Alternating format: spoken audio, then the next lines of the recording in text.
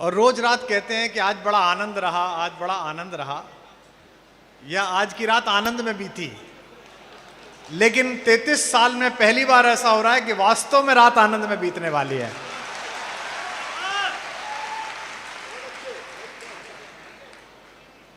मैं आप सबका आभारी हूं, इस समिति का, वाइब्रेंट चरोत्तर के सभी सदस्यों का, आप सबका। हमारी प्रथम नागरिक भी बैठी हैं और अधिशासी प्रमुख एग्जीक्यूटिव फर्स्ट भी बैठे हुए हैं, उनका भी बहुत आभारी हूं कि आप सब यहां आए हैं। हम हिंदी माँ के बेटे हैं और संत नरसी की भाषा गुजराती हमारी बड़ी मौसी है। आज ये माँ के बेटे मौसी के बच्चों से मिलने के लिए आए हैं, इसलिए लगता है कि ज़्यादा प्रेम बरसेगा।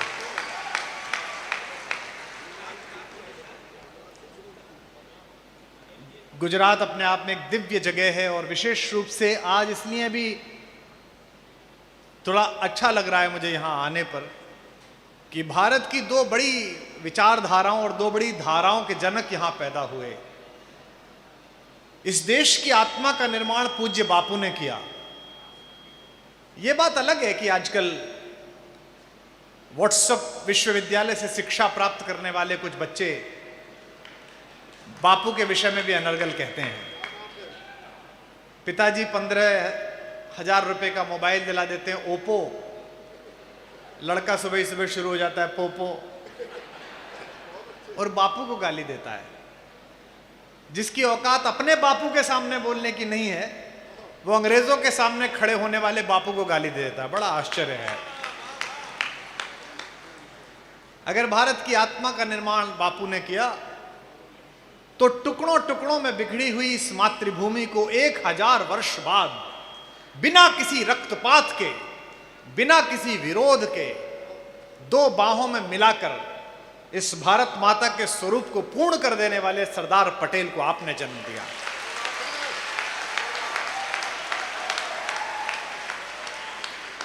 यह सरदार साहब की जन्मभूमि है जहां हम आए हैं। सरदार साहब यहीं पैदा हुए और भारत की मातृ संस्था है। या माओं की अपनी सीमा है बच्चों को दूध पिलाकर बड़ा करने की।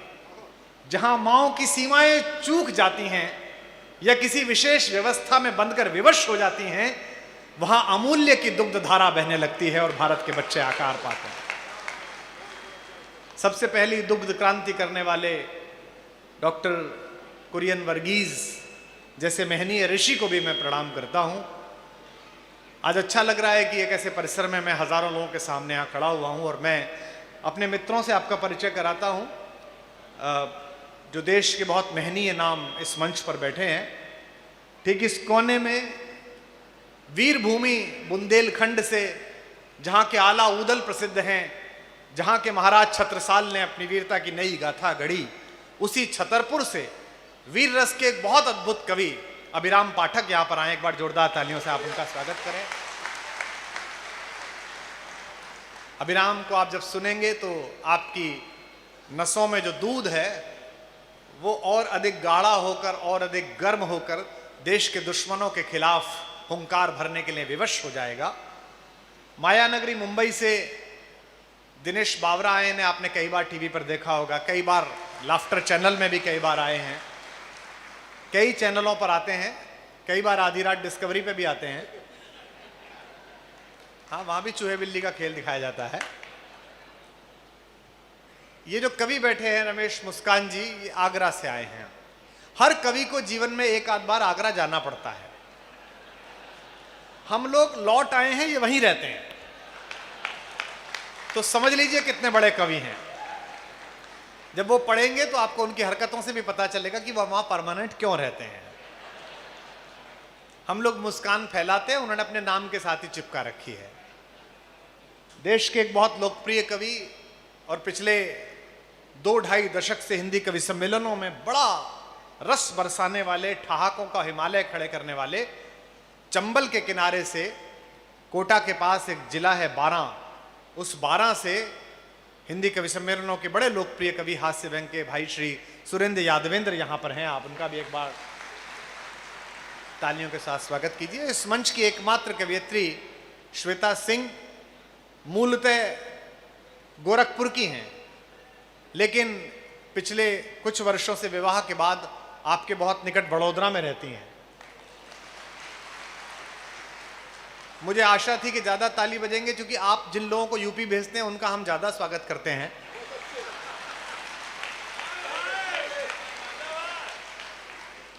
ये एक बार बनारस गई थी, मुझे याद है, दैनिक जागरण का प्रोग्राम था, 15-20 हजार आदमी थे, तो उसने एक आध मुक्तक सुनाई तो थोड़ा ताली कम आई, तो उसने बनारस के लोगों से कहा कि मैं गुजरात से आई हूं, मेरा ज्यादा स्वागत करिए।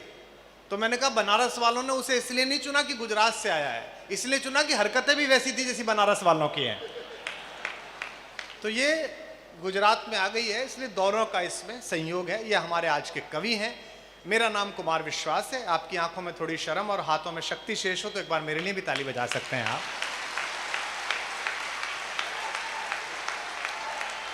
बहुत अच्छा। स्वरों, व्यंजनों, शब्दों, वाक्यों, सर्ग, प्रबंधों की निर्मात्री मां वागीश्वरी का स्तवन करते हैं और उसकी कृपा की कामना करते हैं कि आज रात एक ऐसी रसवर्षा हो। मुझे पता नहीं कि आनंद में पहले कवि सम्मेलन हुए या नहीं हुए हैं, होते रहे होंगे, मैं तो पहली बार ही आया हूं। मैं 30 वर्ष से अधिक समय से मंच पर हूं।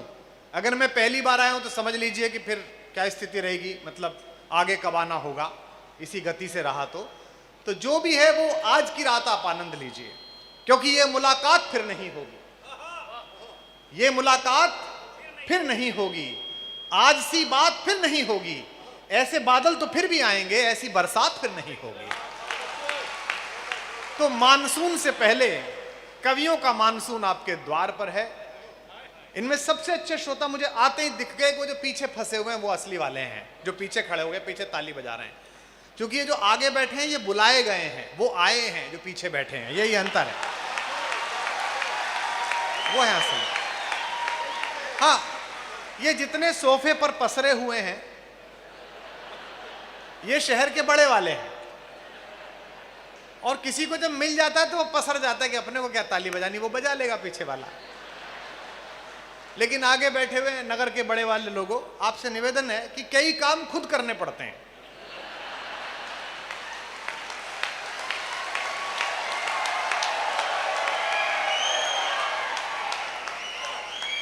मैं बंबई गया था एक इंटरप्रेन्योर मीट में, वहां 1000 2-2 हजार करोड़ के टर्नओवर के लोग आए हुए थे। उस सामने एक 25-26 साल का लड़का बैठा था, बोले जी इनका 3000 करोड़ का टर्नओवर है, स्टार्टअप बनाया था 3 साल पहले। मैंने कहा बहुत अच्छा है। मैंने इतनी मेहनत की, इतनी बातें सुनाई, वो हंसे नहीं। मैंने कहा भाई साहब आप हंस वस नहीं रहे कैसे? बोले नहीं, आई एम एन एंटरप्रेन्योर, मैंने लोग रखे हुए हैं। फिर ताली नहीं बजाए। मैंने कहा आप ताली नहीं बजा रहे, आपको कविता पसंद नहीं आई क्या? बोले नहीं, आई एम एन एंटरप्रेन्योर, मैंने लोग रखे हुए हैं। अभी पिछले दिनों पता चला कि उनकी शादी हुई है।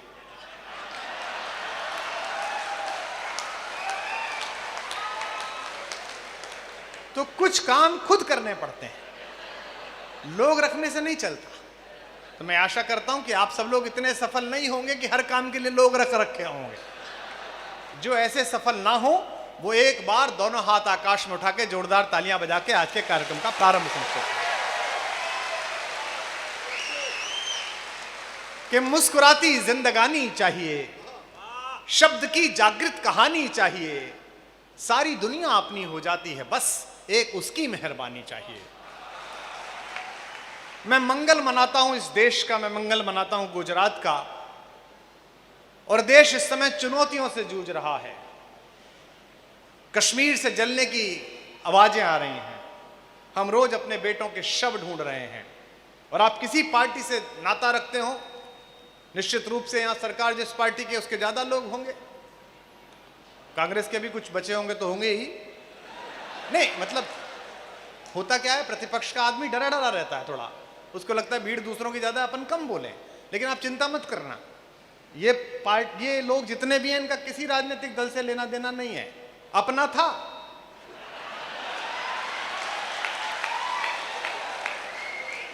सच बोलना चाहिए। अभी मैं पीछे आया तो 2 पत्रकार मिल गए, बोले साहब पॉलिटिक्स पे कुछ बोलेंगे क्या? मैंने कहा नहीं यार, कवि सम्मेलन है, कविता के लिए आए हैं, राजनीति पे क्यों बोलेंगे? बोले आपने भी तो की थी। मैंने कहा हाँ हमने की थी, बाद में हमारे साथ हो गई। सबसे अच्छा तरीका है कि खुद पर हंसो। अपने आप पर हंसो, फिर पूरी पूरी दुनिया हंसेगी। मुस्कुराती जिंदगानी चाहिए, ये पूरी दुनिया आपकी अपनी हो जाती है अगर उस ईश्वर की, उस परमात्मा की कृपा आप पर हो जाए। गुजरात भक्ति की निर्माण भूमि है। हमारे यहां कहा जाता है भक्ति दक्षिण उपजी लाए रामानंद। दक्षिण में भक्ति उपजी, उत्तर प्रदेश में पहुंचकर भक्ति ने अपना बचपन देखा। राजस्थान में मां मीरा के पैरों में उसने अपनी जवानी और अपना यौवन देखा, और द्वारिकाधीश की प्रतिमा में समाकर भक्ति ने अपना निर्वाण पाया। वो गुजरात यहां पर है जहां मैं खड़ा हुआ। सुंदर वातावरण है कि पूज्य स्वामी जी के चित्रों से, प्रमुख स्वामी जी के चित्रों से, ब्रह्म स्वरूप महाराज के चित्रों से पूरा परिसर महक रहा है। मेरा सौभाग्य है कि मुझे दोनों विभूतियों के दर्शन करने और उनके सम्मुख अपने विचार प्रस्तुत करने का, विपाठ का अवसर मिला। अभी पिछले ही दिनों सूरत में उन्होंने मुझे आमंत्रित किया, आदेशित किया, और मैं वहाँ आया था। और मेरा ये भी सौभाग्य है कि प्रमुख स्वामी जी के जन्मोत्सव जयंती के 100 वर्ष पूरे होने पर जो कार्यक्रम हो रहा है उसमें भी मुझे आदेशित किया गया है कि एक दिन मुझे जाना है। ये मेरा सौभाग्य है। मैं पहले कवि को आमंत्रित कर रहा हूँ। आपसे पहली बार मुलाकात हो रही है, इसलिए कवि सम्मेलनों के आपको 2-3 कायदे समझा दूं, जिससे आप भी फायदे में रहेंगे और हम भी फायदे में रहेंगे। एक कवि की मृत्यु 2 जगह पर हो जाती है। एक तो समझदार श्रोता उसकी अच्छी बात पर चुप लगा जाए, ताली ना बजाए, और दूसरी वो जब बेवकूफ श्रोता बिना समझे ताली पीट दे। तो आपको थोड़ा इस संतुलन का याद रखना है। हो सकता है कुछ लोगों के लिए नया अनुभव हो, तो आप क्या देखना कि आप इधर की तरफ देखना, ये बजा रहे हैं तो आप भी बजाना। और ये कई साल के ट्रेंड लोग हैं, ये कई बार रात को नींद में बजा देते हैं। कई बार सुरेंद्र यादव जी के साथ हुआ है, इन्होंने रात में नींद में कह दिया कि क्या पढ़ा है, क्या कहा है, तो भाभी जी ने जगाया कि ना तूने पढ़ा है ना कहा है, तो यूं ही पढ़ा है। तब इन्हें पता चला कि कार्यक्रम में नहीं हूं। कई बार आदत पड़ जाती है आदमी को। तो मैं पहले कवि को बुला रहा हूं। वो मुंबई से आए हैं, मूलतः उत्तर प्रदेश के हैं, लेकिन जन्म से मुंबई में रहते हैं, और बहुत ही अद्भुत कवि हैं, हास्य व्यंग के कवि हैं। आपको आनंदित करेंगे, उनकी बातों में आपको रस आएगा। देखिए, पागल हो जाना, बावला हो जाना भी अपने आप में एक बड़ा हुनर है। केवल मीरा पागल होती है, या कोई भगत सिंह पागल होता है, या कोई कबीर पागल होता है। आप अपनी लौ में पागल हो जाएं तो फिर आप राजसी ठाट भोगते हैं अपनी आत्मा का, यानी कि आप दिनेश बन जाते हैं। तो ऐसा दिनेश जो अपने आनंद में बावरा हो गया है, मैं उसे आमंत्रित करता हूं। पहले कवि के रूप में दिनेश बावरा को झूम के सुन लीजिए, बाकी सब तो रस बरस ही जाएगा। एक बार जोरदार तालियों के साथ स्वागत करिए दिनेश बावरा।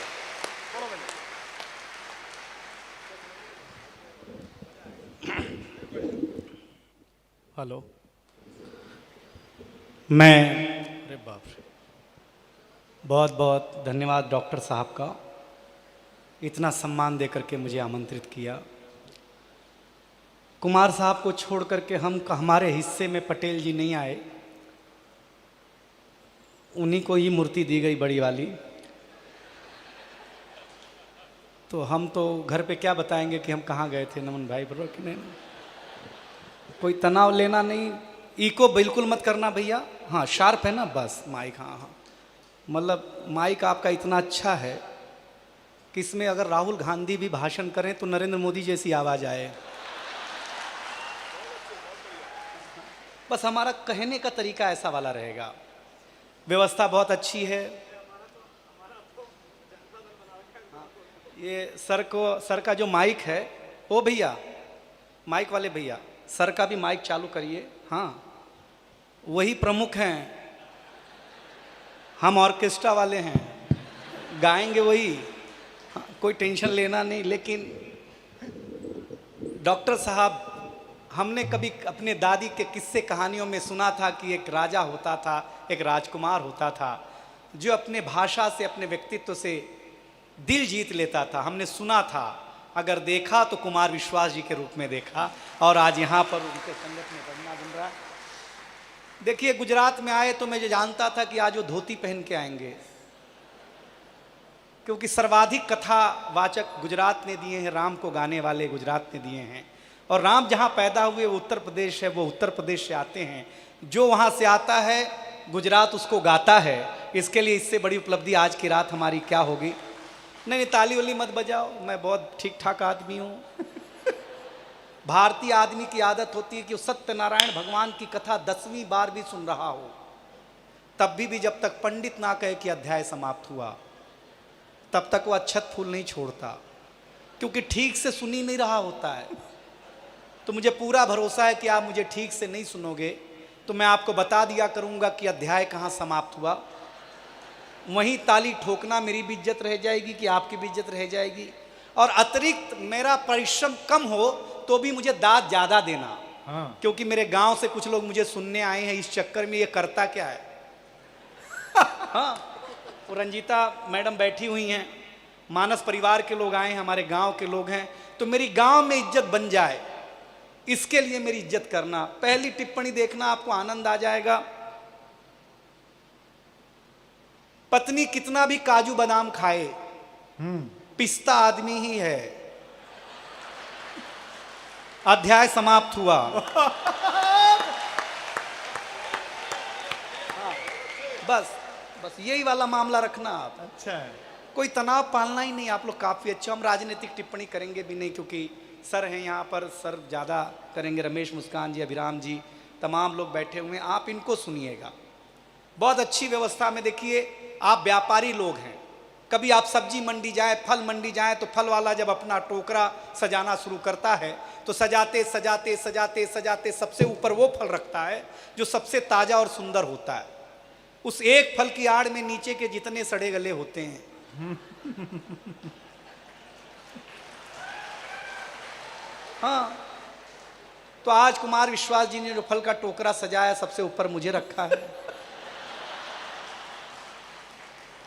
व्यापारी आदमी हूं, लेकिन अगली टिप्पणी पर मैं तालियां मांगता हूं कि अगर ये सारे फल न होते तो ये फल कभी भी ऊपर नहीं पहुंच पाता साहब। इनके कहीं न कहीं त्याग तपस्या ने मुझे ऊपर पहुंचाया है, इसके लिए मैं बधाई देना चाहता हूं। बहुत अच्छा लगा। मेरी बहन बैठी हुई है, हमारे अग्रज गुरुदेव बैठे हुए हैं, बहुत अच्छा लगता है मुझे। गुजरात आकर के बहुत अच्छा लगता है। हार्दिक बधाई।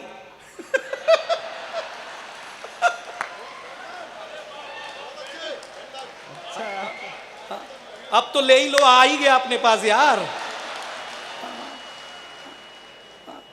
आपने 2 शख्स ऐसे दिए हैं कि वो कोई माई का लाल हो, कुछ ही दिन वो कहीं और रह सकता है।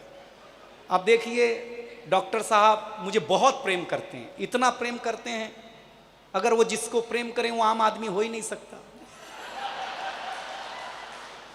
वो खास ही होगा, और खास के ही शहर में होगा। मैं आपको क्या बताऊं, इन मैं कविता के मंच पर हूं और मैं कविता सुनाना भी चाहता हूं। आप अगर सुनेंगे, माताएं बहनें बैठी हुई हैं, बहुत अच्छा लग रहा है। आपको तो समझ में आती ही होगी हिंदी गुजराती बहुत ज़्यादा। देखिए, एक टिप्पणी करता हूं, ये मूलतः मेरी ही है जो वो करते हैं। हाँ, सुनिएगा, अच्छा लगेगा। ये गुजरात जब गरबा खेलता है ना साहब, तो पूरी धरती को दुल्हन बना देता है, और जब पतंग उड़ाता है तो पूरे आकाश को दूल्हा बना देता है।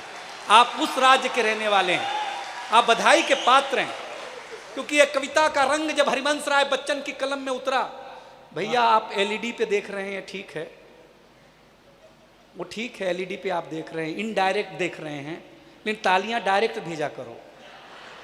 हाँ, कि वो सही बता रहे हैं ना। बल्कि एलईडी तो बंद ही कर दो तो ज्यादा बेहतर है, थोड़ा इधर को मुड़ जाएंगे। अच्छा, हम कौन से ऐश्वर्या राय हैं कि आप वहां देख के ठुक कर लोगे भाई साहब। हम आदमी हैं, हमको सुनने के काम में लीजिए, देखने के काम मत लीजिए आप। तो आपको बात अच्छी लगे तो तालियां बजाना, क्योंकि कविता का रंग है। जब हरिवंश राय बच्चन की कलम में उतरा तो उन्होंने लिखा, रंग बरसे भीगे चुनर वाली, ये रंग आस्था की चौखट पर आया। तो मीरा ने गाया, श्याम पिया मोरी रंग दे चुनरिया, ऐसी रंग दे कि रंग ना ही छूटे रामा, धोबिया धोए चाहे सारी उमरिया। ये रंग फिल्मी पर्दे पर आया तो सुनील दत्त साहब ने गाया कि रंग और नूर की बारात किसे पेश करूं, ये मुरादों की हंसी रात किसे पेश करूं। ये रंग शायरी में आया तो शायर ने लिखा, इसी रंग रंग में रंग है, तुझे रंग रंग में रंग दिया। मेरा रंग आया है रंग पर, तेरा रंग चढ़ के उतर गया। ये रंग कविता में आया तो कवि ने लिखा, इस रंग बदलती दुनिया में मैं रंग बेचता हूं। और एक एक हाथ उठे ये रंग जब 18 साल के नौजवान के सर चढ़ करके बोला तो गली गली में भगत सिंह ने गाया, मेरा रंग दे बसंती चोला माए। ये कविता का रंग है साहब। बहुत अच्छा, बहुत अच्छा। ये कविता का रंग हम आपके ऊपर रंग करके जाना चाहते हैं। आज आपके शहर में आए हैं पहली बार, तो आपको ये ऐसा देखिए, कुछ है, हमारा हिंदुस्तान हिंदुस्तान है। एक अंग्रेज आया, बोले क्या तुम्हारा हिंदुस्तान? तो हम तुलसी माता के पौधे के पास ले गए।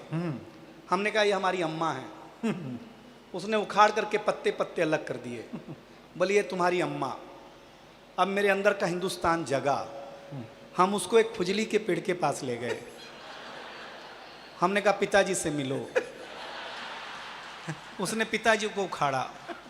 पिताजी ने ऐसा कार्यक्रम दिखाया, उसके बाद से ही सारे अंग्रेज लाल पैदा होने लगे, पहले काले पैदा हुआ करते थे। अध्याय समाप्त हुआ। बहुत अच्छा है। क्या है जीवन, जीजिए, आप बड़े लोग हैं, बढ़िया से एंजॉय करिए। हंसी बहुत बड़ी चीज है जो आज हम आपके पास बांटने आए हैं। राजनीति पर कोई व्यंग करता नहीं मैं, लेकिन अब क्या करूं, एक बात आ गई कि राहुल गांधी जी ने पंजाबियों को फोन किया और पूछा वोट किसको दिया बे, तो पंजाबियों ने कहा आपको।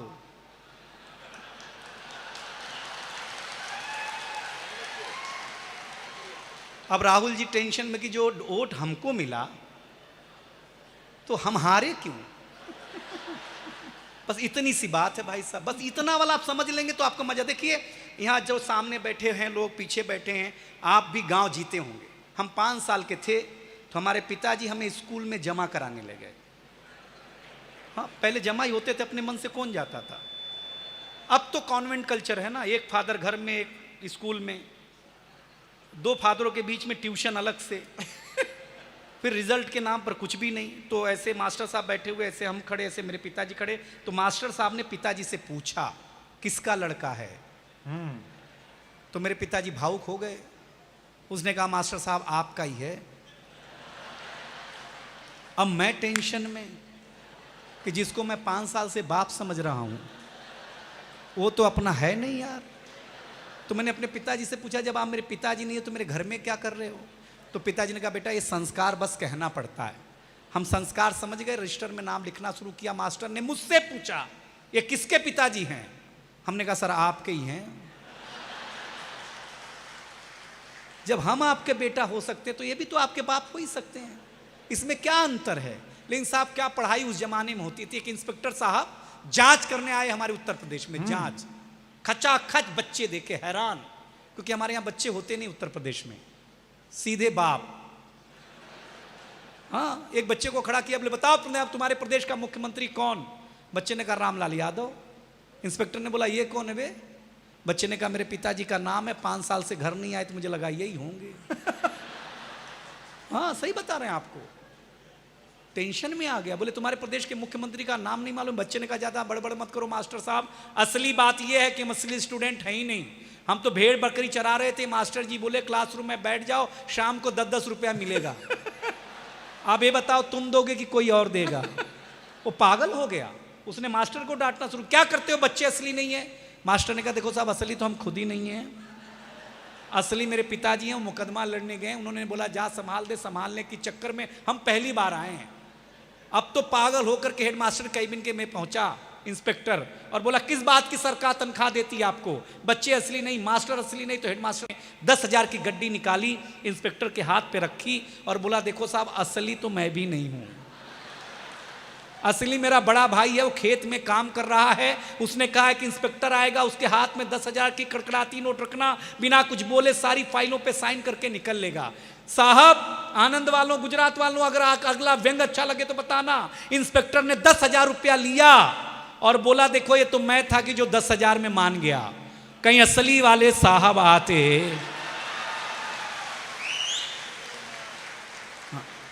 जिस भी आदमी ने मुझे देख करके सीटी बजाई है कि तो उसको मूंछ नहीं दिखाई दे रही है। हाँ अच्छा लगता है कि आपको ऐसे आदमी को देख के बजाना सीटी। बुरी बात है, ऐसा मत किया करो।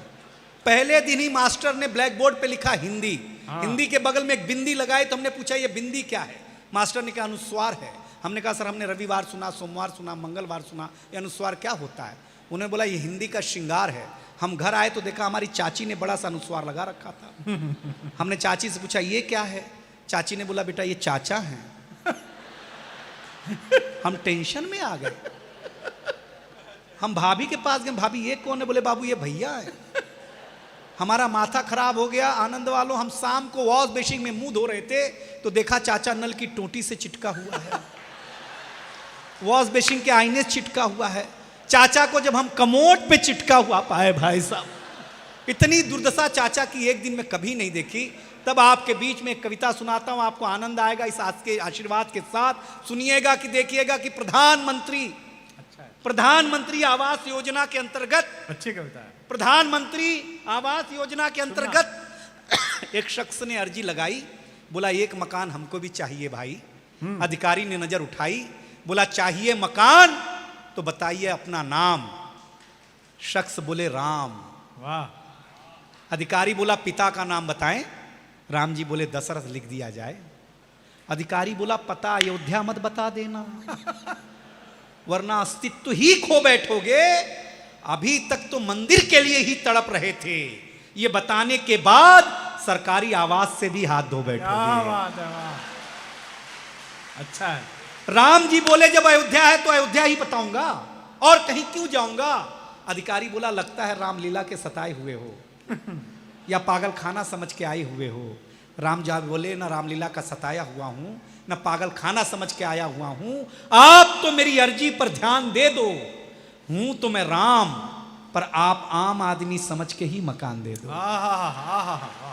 कवि के कहने का ढंग देखिए, आप आम आदमी समझ के ही मकान दे दो। अधिकारी बोला वाह वाह राम जी, न धनुष है न बाण है, आप राम हो इस बात का क्या प्रमाण है। राम जी बोले सब कुछ तो प्रमाण का ही खेला है, प्रमाण के ही चलते तो मंदिर निर्माण को इतने दिनों तक ठेला है। आज के बाद तेरे कार्यालय में कभी नहीं आऊंगा क्योंकि खुद को राम साबित ही नहीं कर पाऊंगा। वाह। अच्छा है। अगली दो पंक्तियों पर पांडाल बिना हाथ ताली बजाए रुक जाएगा तो जो चाहिए हार कर चला जाऊंगा यहां से। आज के बाद तेरे कार्यालय में कभी नहीं आऊंगा क्योंकि खुद को राम साबित ही नहीं कर पाऊंगा। लेकिन अधिकारी एक बात कान खोल करके सुन ले, जब तक इस धरा पर सरयू की धारा बहेगी अयोध्या राम की थी, राम की है और राम की ही रहेगी। बहुत अच्छे, बहुत अच्छे दिनेश, बहुत अच्छे। क्या है, प्रेम करिए। मैं दुनिया में बैठ कहता हूं कि प्रेम करो, लव मैरिज करो। हाँ, क्योंकि लव मैरिज और अरेंज मैरिज में एक डिफरेंस है। लव मैरिज में अपने ही गर्लफ्रेंड से शादी होती है। अध्याय समाप्त हुआ। हाँ? इस पर लोगों को याद आया कि उनका भी अध्याय समाप्त हो चुका है। हाँ, ये तो ऐसे तलाश में कर रहे हैं कि बस मैं कुछ भी ऐसा कुछ मैं गलत कहता ही नहीं हूँ साहब। हम तो जीवन जीते हैं, हम घर जाते हैं, हमें जो सम्मान घर में मिलता है, जो आप आज आदर सम्मान हमें दे रहे हैं, अगर ये हमें घर मिल गया होता तो यहाँ हम आते आपके पास। हम घर के सताए हुए हैं। अच्छा हमारी छोड़ो, अगर आपको अपने घर पे मिल गया होता तो आप आते कि यहाँ पे ISDM साहब, कलेक्टर साहब कहाँ बैठे? ये बैठे बीच में। सर भगवान कसम मैं इतना सुनाने के बाद आपको बताता हूँ। मेरे पिताजी कलेक्टर कार्यालय में क्लर्क होते थे। तो जब भी कोई कलेक्टर साहब आते घर आके 3 लात मारते और बोलते ऐसी पढ़ाई करो कलेक्टर बनो, ऐसी पढ़ाई करो। हर 3 साल में कलेक्टर साहब का ट्रांसफर हो जाता, फिर आते फिर धोते। 20 साल तक आपके नाम से मैं इतना कूटा गया।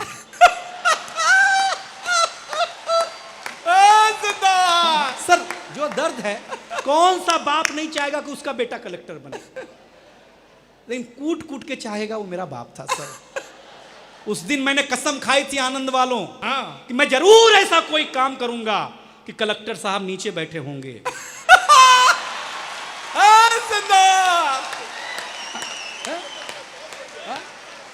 सर भगवान के घर देर है। आज आनंद की धरती ने साबित किया कि अंधेर नहीं है। हाँ सही बता तो क्या होता जीवन में होता, आनंद लीजिए आप लोग, बहुत बड़ी बात है। कमाल है। जीवन क्या है, हंसी मुस्कुराई। एक टिप्पणी करता हूं, दुनिया में ऐसी कोई क्रीम नहीं बनी कि आप उदास हो अपने चेहरे पे लगा लें तो खूबसूरत लगने लगे। ईश्वर ने एक मुस्कुराहट बनाई है, चेहरा कैसा भी हो सिर्फ मुस्कुराते रहिए, दुनिया की सारी क्रीम फेल हो जाएगी और वो हम बांटने आपके बीच में आए हुए हैं। और अंतिम रूप से कविता हाँ भैया करके आपके बीच से विदाई लूंगा, क्योंकि मैं तो छोटा कवि हूं, कम पैसा लेता हूं, अगले साल भी आ जाऊंगा। सर मेरा काम कैश में भी चल जाता है। देखिए साहब एक बात कहता हूं, कवि को लोग झोला लटकाए हुए कल्पना करते थे। क्या है, कवि है हमारी शादियां नहीं होती थी कवि के नाम पे। भगवान कसम बता रहे, मेरी तो नहीं हुई थी, आपके पता नहीं साहब, लेकिन एक शख्स निकला गाजियाबाद उत्तर प्रदेश के पिलखुआ शहर से, जो कवि के प्रति जो आदर सत्कार तो होता था, लेकिन सम्मान में सिर्फ तालियां और दांत के अलावा कुछ नहीं होता था। उस कवि ने साबित किया कि यश क्या होता है कविता के नाम पर, कीर्ति क्या होती है कविता के नाम पर, लग्जरियस क्या होता है कविता के नाम पर। आज हम उनकी बदौलत बैलगाड़ी से अगर मर्सिडीज तक की यात्रा कर पाए हैं तो श्रेय किसी और को नहीं, डॉक्टर कुमार विश्वास को जाता है। जगह एक बार तालियां बजा करके बताइएगा कि ये सच क्या है। बस 4 लाइनें सुनाकर हास्य की खत्म करता हूं। आपको अच्छा लगेगा कि एक बकरी एक बकरे को देखकर मिमियाने लगी, मीठी आवाज में बुलाने लगी, बोली सुनो बकरे राजा, हम जानवर हैं तो क्या हुआ, हमारे सीने में भी दिल है जो धड़ धड़ धड़ धड़ धड़कता है, फर फर फड़कता है। बकरे ने कहा क्या बात है, बड़ी रोमांटिक हो गई हो, इश्क प्यार के चक्कर में खो गई हो। बकरी ने कहा आज मैं घास की जगह फिल्मी पोस्टर चबा के आई हूं, इसलिए मेरा दिल बेकरार है। सुनो बूढ़े राजा कहो न प्यार है, लेकिन मेरी इस कविता का एक ही मतलब और एक ही सार है। आज इस माहौल में हम एक साथ मिलकर बोले कहो न प्यार है, कहो न प्यार है, कहो न प्यार है, कहो न प्यार है। बहुत बहुत धन्यवाद। जोरदार तालियां दिनेश के लिए, वाह क्या बात है। अगर आपको अच्छा लगा हो तो एक बार और जोरदार तालियां बजाकर दिनेश का स्वागत करिए। वाह, कवि की यही जादूगरी होती है कि वो हंसते मुस्कुराते वो बात कह देता है जो दूसरे नहीं कहते, जिसमें झगड़ा हो सकता है, लड़ाई हो सकती है, और यही कवि होने की उसकी लिबर्टी है। दिनेश ने पहले कवि की भूमिका निभाई। पहला कवि सबसे मुश्किल काम होता है। पहला कवि जैसे हलवाई जलेबी बनाता है ना, तो पहली जलेबी भट्टी में डाल देता है, तो ये पहली जलेबी भट्टी में डाली गई। हाँ, व्यवस्थाएं बन रही हैं, लोग आ रहे हैं, जा रहे हैं, बैठ रहे हैं, ऐसे चलते माइक का पता नहीं है कि कैसे आवाज करेगा, किधर से लोग एलईडी पे देख रहे हैं, किधर हमें देखेंगे, ये पता नहीं है। ऐसे में उसने अच्छा काम किया। आप बहुत मन से सुन रहे हैं। आइए मैं ऐसे कवि को बुलाऊं जिससे सुनकर आप सोचने पर भी विवश होते हैं और आपको आपके जीवन में उत्साह भी आएगा, आपको कविता सुन के अच्छा भी लगेगा। एक बात और मैं कह दूं, हो सकता है इस परिसर में बैठे हुए किसी भी व्यक्ति को कवि की किसी बात का बुरा लगे, लेकिन मैं तो पहली बार आनंद आया हूं। पत्रकार मित्र भी यहां बैठे हैं, मुझे क्षमा करेंगे, ये तो स्थानीय पत्रकार हैं, ये तो नौकरी करने वाले लोग हैं। इस देश में इस समय सच तटस्थ नहीं है, सत्य है। सबको पता है कि कौन क्या बोलेगा। एक खबर है तो आपको पता है कि ये अखबार कैसे छापेगा और ये चैनल कैसे छापेगा। लोग मुझसे पूछते हैं कि प्याज सस्ती है कि महंगी। मैंने कहा सस्ती खरीदनी है तो जी न्यूज से खरीद लो, और महंगी खरीदनी है तो एनडीटीवी में मिल जाएगी आपको। हमको सबको पता है, आपको बुरा लग सकता है, लेकिन यह भी याद रखिए कि सत्ता जब जब अहंकारी होती है, चाहे वो प्रदेश की हो चाहे देश की हो, राजा जब जब मार्ग भूलता है, केवल ये कवि सम्मेलन के कवि बचे हैं जो उसकी आंख में आंख डाल के सच बोलते हैं, वो आपकी तालियों की ताकत की बदौलत, आपके समर्थन के बदौलत। यही वो लोग हैं जिन्होंने 77 में जब आपातकाल में अपहरण हुआ भारत की आजादी का, लोकतंत्र का, तो इन्होंने रात रात भर कविता गाई और जेलों में गए। हम ही वो लोग हैं जो देश के बड़े विमर्श के बारे में बोल देते हैं और वो धीमे धीमे आपके होठों की मुस्कान बन जाता है, अंगारा बन जाता है। मैं एक ऐसे कवि को बुला रहा हूं जो वीर भूमि बुंदेलखंड से आए हैं और बड़े जोश के साथ अपनी बात कहते हैं। उनकी कोई बात बुरी भी लगे तो इसलिए स्वीकार कर लीजिए कि इस देश में तो पिछले 75 सालों में क्या क्या स्वीकार किया गया। अब हमारे सामने भारतीय जनता पार्टी के एक वरिष्ठ पदाधिकारी कह रहे हैं चिंता मत करो, सबसे ज्यादा तो आप ही हैं चिंता। इनको अभ्यास कम है सुनने का, सबसे कम अभ्यास इन्हीं को सुनने का, इसलिए इनको अभ्यास डालता हूं मैं ज्यादा। कांग्रेस के मित्रों को बड़ा अभ्यास, उनको आप कुछ भी बोल दो, बेईमान भ्रष्टाचार, ठीक है बोले थे ही, कोई बात नहीं, हम ना सुन रहे कोई बात। इनको अभ्यास करना चाहिए। और आखिरी बात कहकर अभिराम पाठक को बुला रहा हूं, इस पर आप तालियां देना और ये भी ताली देंगे जो किसी एक दल से जुड़े हुए लोग हों।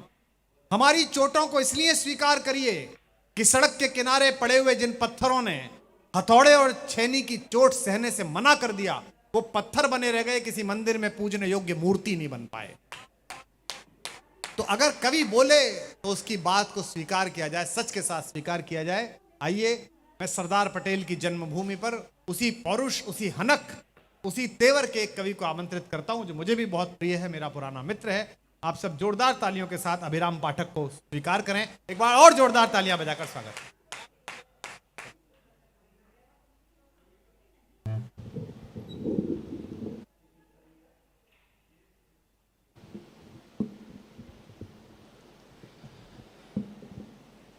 माँ सरस्वती के चरणों में नतमस्तक करता हूँ, मंच को प्रणाम करता हूँ, आप सभी सुधी श्रोताओं को नमन करता हूँ। मेरी रचना धर्मिता राष्ट्र के फटते हुए आंचल को अपने शब्दों से ढकने का प्रयास करती है। वाह। लेकिन यदि कोई सरकार अच्छा काम करे तो उसको प्रोत्साहित करना भी हम लोगों का हमारा नैतिक कर्तव्य बनता है। बहुत अच्छा। आज इस मंच पर इस युग के युग कवि डॉक्टर कुमार विश्वास बैठे हैं और डॉक्टर कुमार विश्वास जिस मंच पर होते हैं उस मंच पर कविता की स्थापना होती है। मैं भी चाहूं तो 3 पंक्तियां पढ़ करके चौथे में जयकारा जोड़ करके आपसे जयकारा लगवा सकता हूं, लेकिन मैं चाहता हूं कि अपने काव्य पाठ का शुभारंभ कविता की पंक्तियों से किया जाए और मैं इस देश के शौर्य की 2 पंक्तियां पढ़ता हूं, सिर्फ 2 पंक्तियां। यदि इन 2 पंक्तियों में इस देश का शौर्य पूरी तरह से कह दिया हो तो यहां जितने भी लोग बैठे हैं मेरे गुजरात के मित्रों, इस उत्सव को महोत्सव बना देना। क्या बात है। 2 पंक्तियां पढ़ता हूं इस देश के शौर्य की, सुनना। स्वागत है। सुनना डॉक्टर साहब कि सूरज जब भारत में आता है तो शीश उठाकर आता है। वाह। सूरज जब भारत में आता है तो शीश उठाकर आता है, पर शौर्य देखता भारत का तो शीश झुकाकर जाता है। वाह। पर शौर्य देखता भारत का। इस देश के स्वाभिमान पर 4 पंक्तियां और पढ़ता हूं। जब हमारे देश के स्वाभिमान अभिनंदन ने पाकिस्तान का एक रॉकेट गिराने के बाद धोखे से पाकिस्तान की जमीन पर पहुंच गया था तो पाकिस्तान को 60 घंटे के भीतर उसे वापस करना पड़ा। बजाओ तो तरीके से बजाओ। आपने बाघा बॉर्डर पर अभिनंदन को आते हुए देखा होगा। अभिनंदन जब चला आ रहा था तो हिमालय की तरह उसका वक्ष, उसका ऊंचा माथा और स्वाभिमानी मूछें भी आपने देखी होंगी। 4 पंक्तियां शुरू करता हूं, यहां से मेरा काव्य पाठ शुरू होता है, सुनना। कि सोए हुए शेर की न मूछ पे लगाओ हाथ, सोए हुए शेर की न मूछ पे लगाओ हाथ, शेर जो दहाड़ा खानदान मिट जाएगा। सोए हुए शेर की न मूछ पे लगाओ हाथ, शेर जो दहाड़ा खानदान मिट जाएगा। खाइयों में आपकी जो घूमते हैं जोर जोर, खाइयों में आपकी जो भौंकते हैं जोर जोर, तुम देखे लोगे अभिमान मिट जाएगा। खाइयों में आपकी जो भौंकते हैं जोर जोर, तुम देखे लोगे अभिमान मिट जाएगा। उग्रवादी यदि सरकार को चलाएंगे तो मानचित्र से ही वो निशान मिट जाएगा। उग्रवादी यदि सरकार को चलाएंगे तो मानचित्र से ही वो निशान मिट जाएगा। राम की कसम जिस भोर ठान लेंगे हम, राम की कसम जिस भोर ठान लेंगे हम, शाम नहीं होगी पाकिस्तान मिट जाएगा। राम की कसम। गुजरात में इतनी कम तालियों की उम्मीद नहीं थी। खैर 4 पंक्तियां और पढ़ता हूं। ऐसे नई तरीके से लगाओ फिर। भारत माता की। अभी दोनों हाथ नहीं उठे पूरी सभा के। भारत माता की, भारत माता की, वंदे वंदे। कश्मीर हमारा क्यों है? हम तो हिंदुस्तानी लोग हैं, तर्क से बात रखते हैं। स्वागत है अभिराम। तर्क के साथ एक छंद पढ़ता हूं, 4 पंक्तियां पढ़ता हूं और बताता हूं कश्मीर हमारा क्यों है। कौन सा कश्मीर? जो पाक अधिकृत कश्मीर है उसकी बात करता हूं। अपना ये तो 370 खत्म ही हो गई। उसकी बात करता हूं, सुनना। कि भक्ति शक्ति अनुरक्ति का प्रतीक काश्मीर, मोहिनी स्वरूप तप ताप का है काश्मीर। भक्ति शक्ति अनुरक्ति का प्रतीक काश्मीर, मोहिनी स्वरूप तप ताप का है काश्मीर। शिव का निवास माता वैष्णव का तीर्थ धाम, प्रेम और पुण्य के प्रताप का है काश्मीर। शिव का निवास माता वैष्णव का तीर्थ धाम, प्रेम और पुण्य के प्रताप का है काश्मीर, भागीरथ की है तप साधना की भूमि वह है, ऋषि मुनियों के मंत्र जाप का है काश्मीर, भागीरथ की है तप साधना की भूमि वह है, ऋषि मुनियों के मंत्र जाप का है काश्मीर। सारी दुनिया के आगे छाती ठोक कहता हूँ, इतिहास देखो मेरे बाप का है काश्मीर। सारी दुनिया अच्छा है, बहुत अच्छा है विराम, बहुत अच्छा है, वाह। आखिरी पंक्ति का गुस्सा बहुत अच्छा है। इस देश के 125 करोड़ के लोग चाहते थे, मैंने 125 करोड़ बोले हैं, 135 करोड़ नहीं बोले।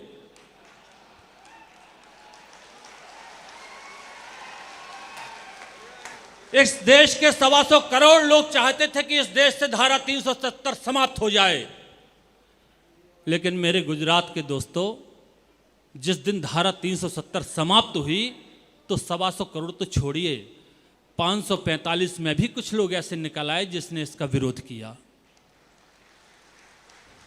तब एक कविता आपके बीच में पढ़ना चाहते हो, एक कविता के कुछ अंश आपके बीच में पढ़ना चाहता हूं, फिर एक विशेष कविता पढ़ूंगा और अपना स्थान लूंगा।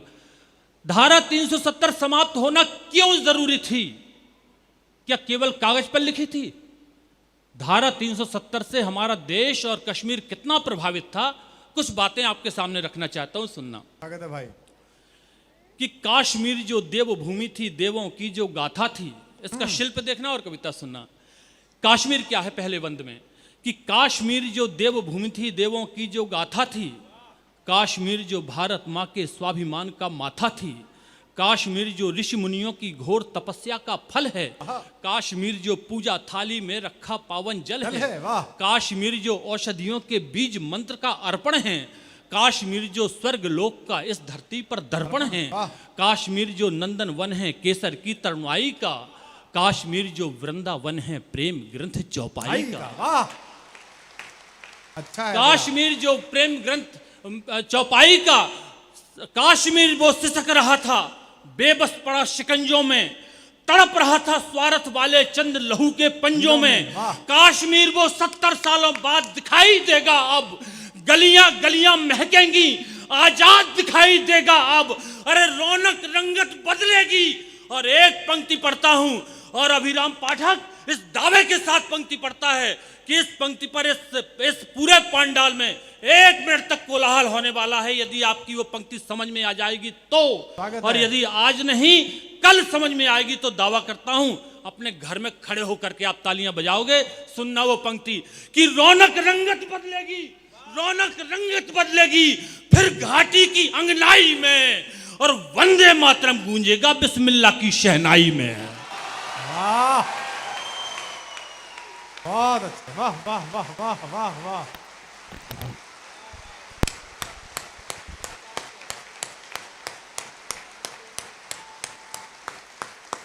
वंदे मातरम गूंजेगा बिस्मिल्लाह की शहनाई में, आजाद परिंदे चहकेंगे, अब मोर नचेंगे घाटी में, लगे कर्ण को प्रिय ऐसे, अब ढोल बजेंगे घाटी में। और एक पंक्ति से यदि आप सहमत हो तो ही तालियां बजाना, वरना खामोश रहना। पूरे देश ने किस तरह से सहमति व्यक्त की है, ऐसे की है जैसे आजकल लोग बीजेपी को वोट दे रहे हैं। सुनना, मैं देखना चाहता हूं आप गुजरात के लोग कैसे सहमति व्यक्त करते हैं कि ढोल बजेंगे घाटी में तो कान फाड़ने वाला अब, कान फाड़ने वाला अब, हर ढोल बदलने वाला है, और 56 इंची सीना अब भूगोल बदलने वाला है। बहुत अच्छे, बहुत अच्छा विराम।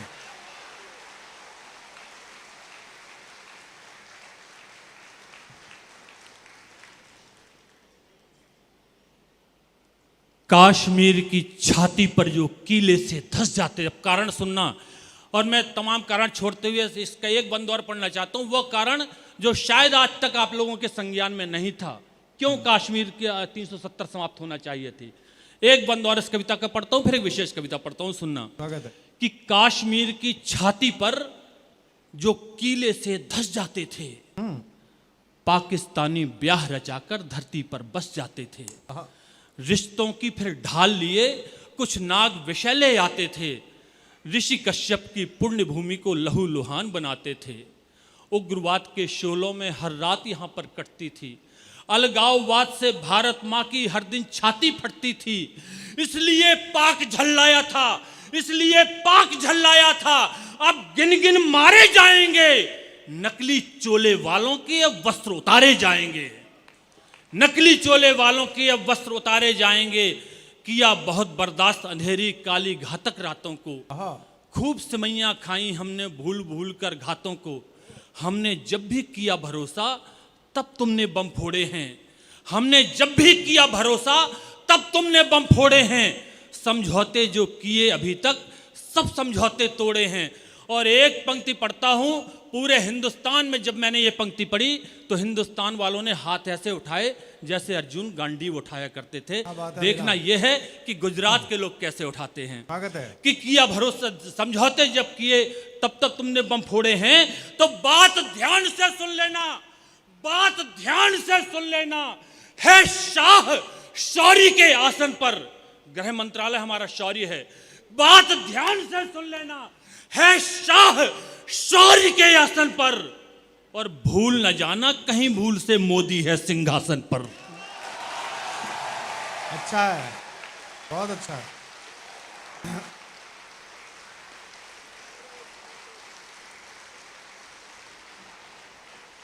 बहुत अच्छा अभिराम। एक विशेष कविता जिसके कारण डॉक्टर कुमार विश्वास जैसे लोग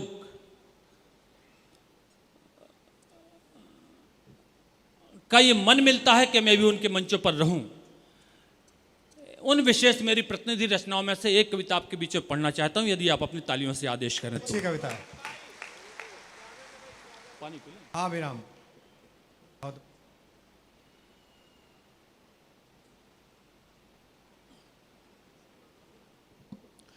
एक प्रश्न आपके बीच लाया हूं, एक प्रश्न मैंने उठाया है। भगत सिंह की फांसी 24 मार्च 1931 को मुकर्रर हुई थी, बहुत अच्छी कविता। लेकिन भगत सिंह को 23 मार्च 1931 की शाम 7:30 बजे फांसी दे दी गई। मैं पूछना चाहता हूं कि किसी के जीवन का एक दिन छीनने का हक किसे मिल जाता है, लेकिन जब भगत सिंह की फांसी एक दिन पहले हो जाती है तो वो न्यायाधीश जिसके आदेश की तौहीन खुद ब्रिटिश हुकूमत करती है, वो न्यायाधीश क्या सोचता है। यहाँ से कविता शुरू होती है। मैं कोई मिर्च मसाला आज के काव्य पाठ में नहीं मिला रहा हूँ, कोई बात नहीं कर, सीधी सीधी कविताएं पढ़ता हूँ क्योंकि हमें डॉक्टर साहब तक पहुँचना है। एक कविता सीधे सीधे आपके बीच पढ़ता हूँ। वो न्यायाधीश क्या सोचता है, कविता यहाँ से शुरू होती है, सुनना। 4 पंक्तियां सुन लेना, इसके बाद आप सुनेंगे, ये दावा करता हूँ सुनना। कि मौन हो गई सृष्टि, मौन हो गई सृष्टि, जिंदगी लगी मौत की दासी हुई। मौन हो गई सृष्टि, जिंदगी लगी मौत की दासी हुई। अनायास जब भगत सिंह की एक दिन पहले फांसी हुई। न्याय हो गया कैद, भगत जब जीवन से आजाद हुआ। न्यायपालिका चीख उठी, अंतर में घोर विषाद हुआ। सोच रहा था न्याय मूर्ति, मैं कलम नहीं हूं उंगली हूं। गोरों का कानून है अंधा, मैं उसकी कठपुतली हूं। और कविता यहां से शुरू होती है, सुनना।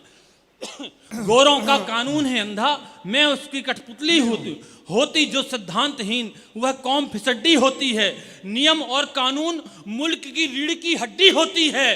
ब्रिटिश हुकूमत हार गई, ब्रिटिश हुकूमत हार गई। अब साहस का घट रीत गया। भारत का ये सैनिक फांसी पर चढ़कर भी जीत गया। अच्छी कविता है। भारत का ये सैनिक फांसी पर चढ़कर भी जीत गया। साहस, शौर्य, पराक्रम का पर्याय टंगा है सूली पर। साहस, शौर्य, पराक्रम का पर्याय टंगा है सूली पर। भगत सिंह के साथ ब्रिटिश का न्याय टंगा है सूली पर। और कलेक्टर साहब, जो प्रश्न उठा करके लाया हूं, प्रश्न सुनना कि भगत सिंह का न्याय टंगा है सूली पर। न्यायमूर्ति खुद कहता था, न्यायमूर्ति खुद कहता था, ये न्याय नहीं है, मिथ्या है। अरे तुम कहते हो फांसी इसको, मैं कहता हूं हत्या है। भगत सिंह की हत्या की गई थी। हत्या करने का हक किसी को नहीं है। खैर, भगत जब हत्या हुई, भगत सिंह को जब मारा गया, तो जो जल्लाद खड़ा हुआ था रस्सा खींचने वाला, वो जल्लाद तो हिंदुस्तान का बेटा था, हिंदुस्तान का एक बेटा। और उस वक्त जब लोग एक दूसरों पर अपनी जान दे दिया करते थे, उस वक्त जब एक हिंदुस्तान का बेटा दूसरे हिंदुस्तान के बेटे को फांसी की सजा देने के लिए अपना कर्तव्य निर्वहन करता है, वो क्या सोच रहा होगा, उसके मन में क्या आ रहा होगा। कल्पना कीजिए जल्लाद क्या सोच रहा होगा। मैं पढ़ता हूं क्या सोचता है जल्लाद। अभिराम। पहली बार लगा है जैसे मर्द खड़ा है सूली पर। वाह वाह वाह वाह वाह वाह वाह। बार लगा है मर्द खड़ा है। पहली बार लगा है जैसे मर्द खड़ा है सूली पर, भारत माँ के जख्मों का हमदर्द खड़ा है सूली पर। वाह क्या बात है, वाह वाह वाह, बहुत अच्छे अभिराम, क्या जोड़ा है, वाह। कैसी कठिन परीक्षा है ये, कैसे फर्ज निभाऊं मैं, लगता इसके पहले खुद ही सूली पर चढ़ जाऊं मैं।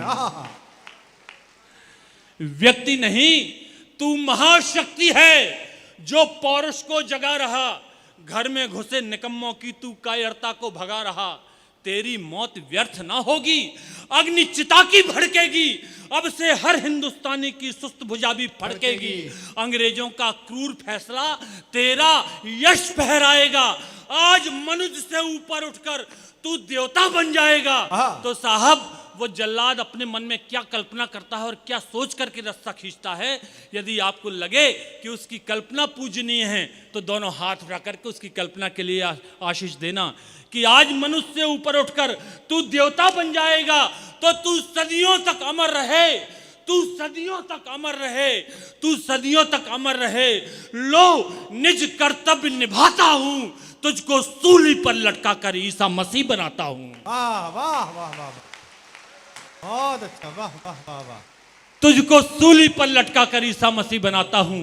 व्यक्ति नहीं तू अवतारी है, भारत माँ की कृत्या है। तुम कहते हो फांसी इसको, मैं कहता हूं। बहुत अच्छे, बहुत अच्छे। एक वो पंक्ति पढ़ता हूं जो कोई कवि नहीं लिख सकता, मैंने भी नहीं लिखी। ये पंक्ति मां सरस्वती ने साक्षात प्रकट होकर के मुझे दी है।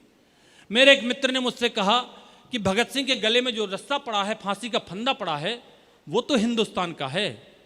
यदि वो रस्सा भगत सिंह के गले को नहीं कसता तो भगत सिंह नहीं मरते, उसने क्यों कस दिया। मैंने रस्से से पूछा, रे रस्सा तू तो हिंदुस्तान का था, तूने भगत सिंह के गले को क्यों कसा। 15 दिन तक साहब रस्से ने जवाब नहीं दिया। 16वें दिन अर्ध निद्रा की अवस्था में मुझे यह जवाब मिलता है। मैं उठता हूँ, वो पंक्तियाँ लिखता हूँ और सो जाता हूँ। सुबह जब सोकर के 9 बजे उठता हूँ तो वो उस रस्से का जवाब होती हैं। स्वागत है। सुनना, मैंने कहा रे रस्सा तू तो हिंदुस्तान का था, तूने भगत सिंह के गले को क्यों कसा। एक दृश्य से रस्सा जवाब देता है। भगत सिंह ने रस्से को पकड़ा, होठों से चूमा और गले में डाल लिया। अब रस्से का जवाब सुनना कि ज्यों ही छुआ भगत ने रस्सा, रे रस्सा तू तो हिंदुस्तान का था, तूने भगत सिंह के गले को क्यों कसा। ज्यों ही छुआ भगत ने रस्सा, ज्यों होठों के निकट गया। ज्यों ही छुआ भगत ने रस्सा, ज्यों होठों के निकट गया। फूट फूट कर रोया रस्सा और गले से लिपट गया। वाह, क्या बात है, क्या बात है, वाह वाह वाह वाह वाह, अच्छा है। उसे क्या पता था उसका लिपटना मौत बन जाएगा। फूट फूट कर रोया रस्सा और गले से लिपट गया। क्यों? बाल सखा सा कभी भगत संग खेला करता राहों में, कहीं पतंग का धागा बनकर रक्षा बनकर बाहों में। रूप बदलता रहता था मैं धागा डोरी रस्से का, हिस्सा बनकर साथ रहा हूं जीवन के हर हिस्से का। राखी बनकर आया एक दिन और बहन का प्यार बना, एक दिन रक्षा पर्व बना था, आज मरण त्योहार बना। तो ईश्वर मेरी शक्ति छीन ले, टुकड़ों में कट जाऊं मैं, टूट टूट कर बिखर सकूं, कई हिस्सों में बट जाऊं मैं। अरे कितना दर्द मुझे है इस पल, किसको व्यथा सुनाऊं मैं। जो मेरी गांठ खोलता था कैसे गला दबाऊं मैं। जो मेरी गांठ खोलता था कैसे गला दबाऊं मैं। तो भारत माँ का सच्चा बेटा तन मन से जो सत्या है, तुम कहते हो फांसी इसको, मैं कहता हूं। कविता की अंतिम पंक्तियां पढ़ता हूं, 4 पंक्तियां। भगत सिंह को जो मैला साफ करने वाला था या वाली थी, वो उसका नाम तो था बोधा, पुरुष था वो। लेकिन भगत सिंह उससे बेबे कहते थे। पंजाब में बेबे माँ को कहते हैं। भगत सिंह से पूछा गया आप बेबे क्यों कहते हैं, तो वो कहते थे बचपन में मेरी माँ मेरा मेला साफ करती थी, आज ये मेरा मेला साफ करता है तो ये मेरी माँ है, ये बेबे है। जब भगत सिंह ने उसे माँ मान लिया तो मैंने भी माँ माना है और उसे एक महिला चरित्र के रूप में ही स्थापित किया है। भगत सिंह ने उससे कहा 4 दिन पहले बेबे मैं तुम्हारे हाथ से खाना खाना चाहता हूँ। वो बोली तुम उच्च कुल के हो, मैं निचली जाति की हूँ, यदि तुम मेरे हाथ से खाना खाओगे तो तुम्हें मोक्ष नहीं मिलेगा, मुक्ति नहीं मिलेगी। भगत सिंह कहते हैं बेबे माँ, एक बेटे को मोक्ष या मुक्ति तब मिलती है जब वो माँ के हाथ से 2 निवाले खा ले। 23 मार्च 1931 की शाम 7:30 बजे वो बेबे अपने घर में बैठी सोचती है कि उसका मुंह बोला बेटा कल फांसी पर चढ़ने वाला है। उस अभागिन को क्या पता कि उसका बेटा तो आज अभी इसी वक्त बैरक से तख्ते की ओर चल दिया है। कविता की अंतिम पंक्तियां सौंपता हूं, तो क्या सोचती है सुनना। स्वागत है। कि साफ सफाई करने वाली बेबे का मन व्याकुल था, साफ सफाई करने वाली बेबे का मन व्याकुल था, माँ के उस संबोधन को वो भुला सके ये मुश्किल था। कितने भोलेपन से उसने अंतिम इच्छा बतलाई, जाति धर्म सब भुला के मेरे हाथों से रोटी खाई। और वो भगत सिंह जब रोटी खा रहे थे तो उनके हाथ बंधे थे, पैर बंधे थे, बेबे अपने हाथों से खिला रही थी। वो दृश्य सौंपता हूं कि जाति धर्म सब भुला के मेरे हाथों से रोटी खाई। उस पल ऐसा लगता था, उस पल ऐसा लगता था वो जैसे कृष्ण कन्हैया हो, उस पल ऐसा लगता था वो जैसे कृष्ण कन्हैया हो। पल भर को यूं लगा कि जैसे मुझ में यशोदा मैया हो। पल भर को यूं लगा कि जैसे मुझ में यशोदा मैया हो। तो लौटा दे जो लाल मेरा, तो उसकी झोली भर दूंगी। और जिसे जना है भगत के बदले उसे निछावर कर दूंगी, जिसे जना है भगत के बदले उसे निछावर कर दूंगी। तो मन ही मन में जाने क्या क्या बेबे सोच रही थी।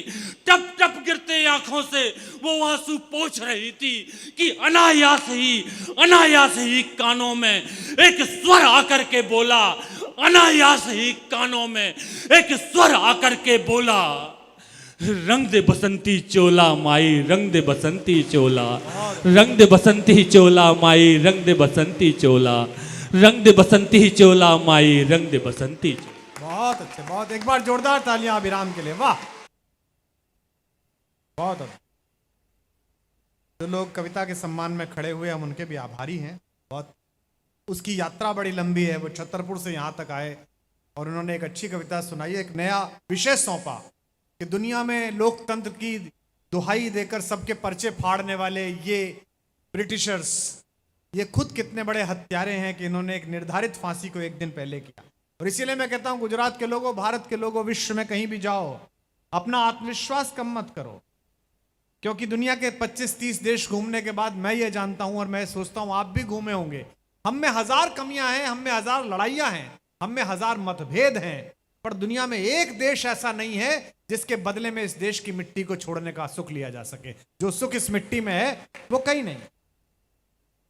मैं तो इसके साथ गया था, रमेश मुस्कान के साथ एक बार अमेरिका गया, तो 2018 में, तो वीजा पे लिखा हुआ था, इंग्लैंड में वीजा पे लिखा हुआ था ऑक्यूपेशन पोइट, क्योंकि तब तक अपनी दूसरा वाला कार्यक्रम बंद हो चुका था, कविता ही बची थी और यही बची थी, तो लिख रखा था द पोइट।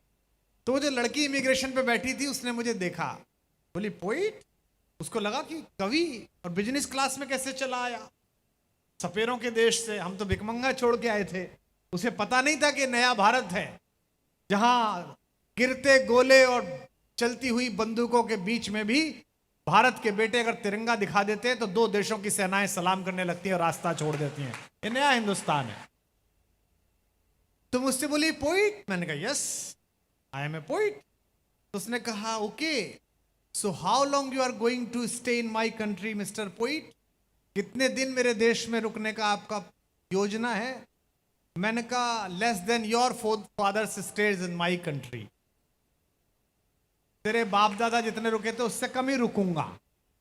तो अपना आत्मविश्वास कभी नहीं खोना चाहिए। मैं कैसे कवि को बुला रहा हूं, आपने अभिराम पाठक को सुनने में बुद्धि लगाई, जिसका मुझे काफी दुख हुआ। आप लोग यहाँ आनंद करने के लिए आए थे, आनंद में बुद्धि लगाने थोड़ी आए थे। अब मैं एक ऐसा कवि बुला रहा हूं जिसे सुनने में आपको बिल्कुल बुद्धि नहीं लगानी, क्योंकि उसने लिखते में नहीं लगाई। रमेश मुस्कान आगरा से आए हैं। मेरा उनसे अनुरोध है कि वो अपना पार्थिव शरीर उठाएं और आप जोरदार तालियों के साथ उनका स्वागत करें।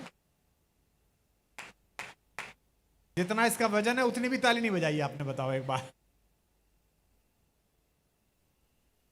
दूसरी बार में पहली बार से भी कम बजाई। माइक तक गर्म हो गया। मां सरस्वती को प्रणाम करता हूं, आप सबकी पावन उपस्थिति को प्रणाम करता हूं। बहुत शानदार धुआंधार काव्य पाठ कर दिया और काफ़ी लंबी कविता उन्होंने सुनाई। इतनी लंबी कविता मैंने लिखी नहीं है, ना मैं सुना पाऊंगा। हाँ, क्योंकि वो तो रस्सा से बात कर रहे थे, रस्सा भी उनकी सुन रहा था। मेरी तो इंसान भी सुन ले वही बहुत है। रस्सी से बातचीत बताइए कि रस्सा ये बोला। बड़े कवि हैं, कल्पना कर लेते हैं। मैं तो भाई प्रैक्टिकल आदमी हूँ, सच बता रहा हूँ। मैं डॉक्टर कुमार विश्वास, मेरा क्या शानदार परिचय उन्होंने दिया कि मोटा हो गया है, पार्थिव शरीर आगरा से आया है। बहुत प्रेम करते हैं ये मुझे।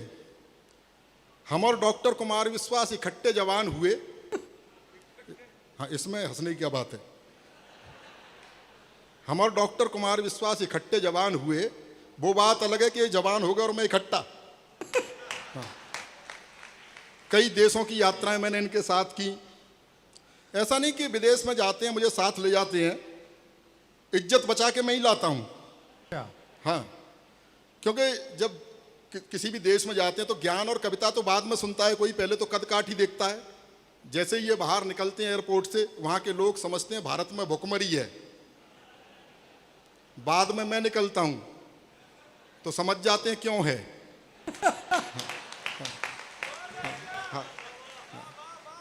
आनंद लीजिएगा। अद्भुत कविता हो गई वीर रस की, आपने सुनी। ये तो बहुत अच्छे कवि हैं, बहुत पुराने कवि हैं, वरना हमारे यहाँ साहब ऐसे ऐसे वीर रस के कवि आ गए। बात कुछ होती नहीं है, बहुत कठिन कठिन शब्दों का प्रयोग करते हैं, चिल्ला के सुना देते हैं, आप डर के मारे ताली बजाते हो। हाँ, पिछले दिनों एक कवि को सुनता था, बात कुछ नहीं थी, तालियां बजती थी। कहता था अंधकार के घोर तिमिर में, मतलब एक ही है लेकिन भाई लगा हुआ है। अंधकार के घोर तिमिर में घना अंधेरा छाया है, सूरज निकला भोर हो गई चलो सवेरा आया है। ऐसी ऐसी कविताएं भी आने लगी। अद्भुत कर दिया भाई। और कई तो इतने भावुक हो जाते। अच्छा, तर्क कुछ नहीं होता। पाकिस्तान पे इन्होंने भी सुनाया। एक तो पिछले दिनों कह रहा था पाकिस्तान तेरी छाती पर इंच इंच पर तिरंगा गाड़ देंगे। मैंने कहा भाई इसमें थोड़ा गैप कर ले। भाई तिरंगा गाड़ने के लिए निकलेगा कहाँ। मेरे पास इस तरह की कोई कविताएं हैं नहीं, और मैं लंबी कविता बिल्कुल आपको नहीं सुनाऊंगा। मैंने एक बार एक लंबी कविता अमेरिका में सुना दी थी। सामने से एक साहब खड़े हो गए, बोले जनाब जरा जल्दी कीजिए वरना आपका वीजा खत्म हो जाएगा। मैं छोटी छोटी हास्य व्यंग की कविताएं आपको सुनाना चाहता हूं। जिस तरह की कविताएं मैं लिखता हूं, काफ़ी बुरे समय के बाद हम मिल रहे हैं। कोरोना काल, लॉकडाउन, कितना बुरा समय हमने देखा। कितने बुरे दिन थे साहब। आहा, लॉकडाउन याद करो आप, कितना डर। सरफ के पैकेट को सरफ से धो रहे थे। हाँ, अद्भुत ही था जीवन। अपनी ही पत्नी के साथ बंद थे, अपनी ही पत्नी की शक्ल देखनी पड़ रही थी। बाद में सरकार को थोड़ी दया आई, ब्यूटी पार्लर तक बंद थे, सरकार को दया आई, उसने शराब की दुकानें खुलवा दी। यहां तो वो भी नहीं हुआ। हाँ, जिसे पीकर चुड़ैल भी सुंदर दिखाई देती है। मैं सच्ची घटना बता रहा हूं। लॉकडाउन में बाहर पुलिस डंडा बरसा रही है। मेरी पत्नी बोली जी मेरी लिपस्टिक खत्म हो गई है, मेरी सहेली के घर से एक लिपस्टिक ले आओ। मैंने कहा तेरे जरा से होठ लाल करने के चक्कर में पुलिस मेरा क्या क्या लाल करेगी।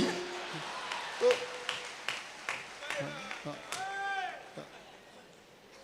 डॉक्टर कुमार विश्वास मेरे बड़े भाई हैं, मुझे बहुत प्रेम करते हैं।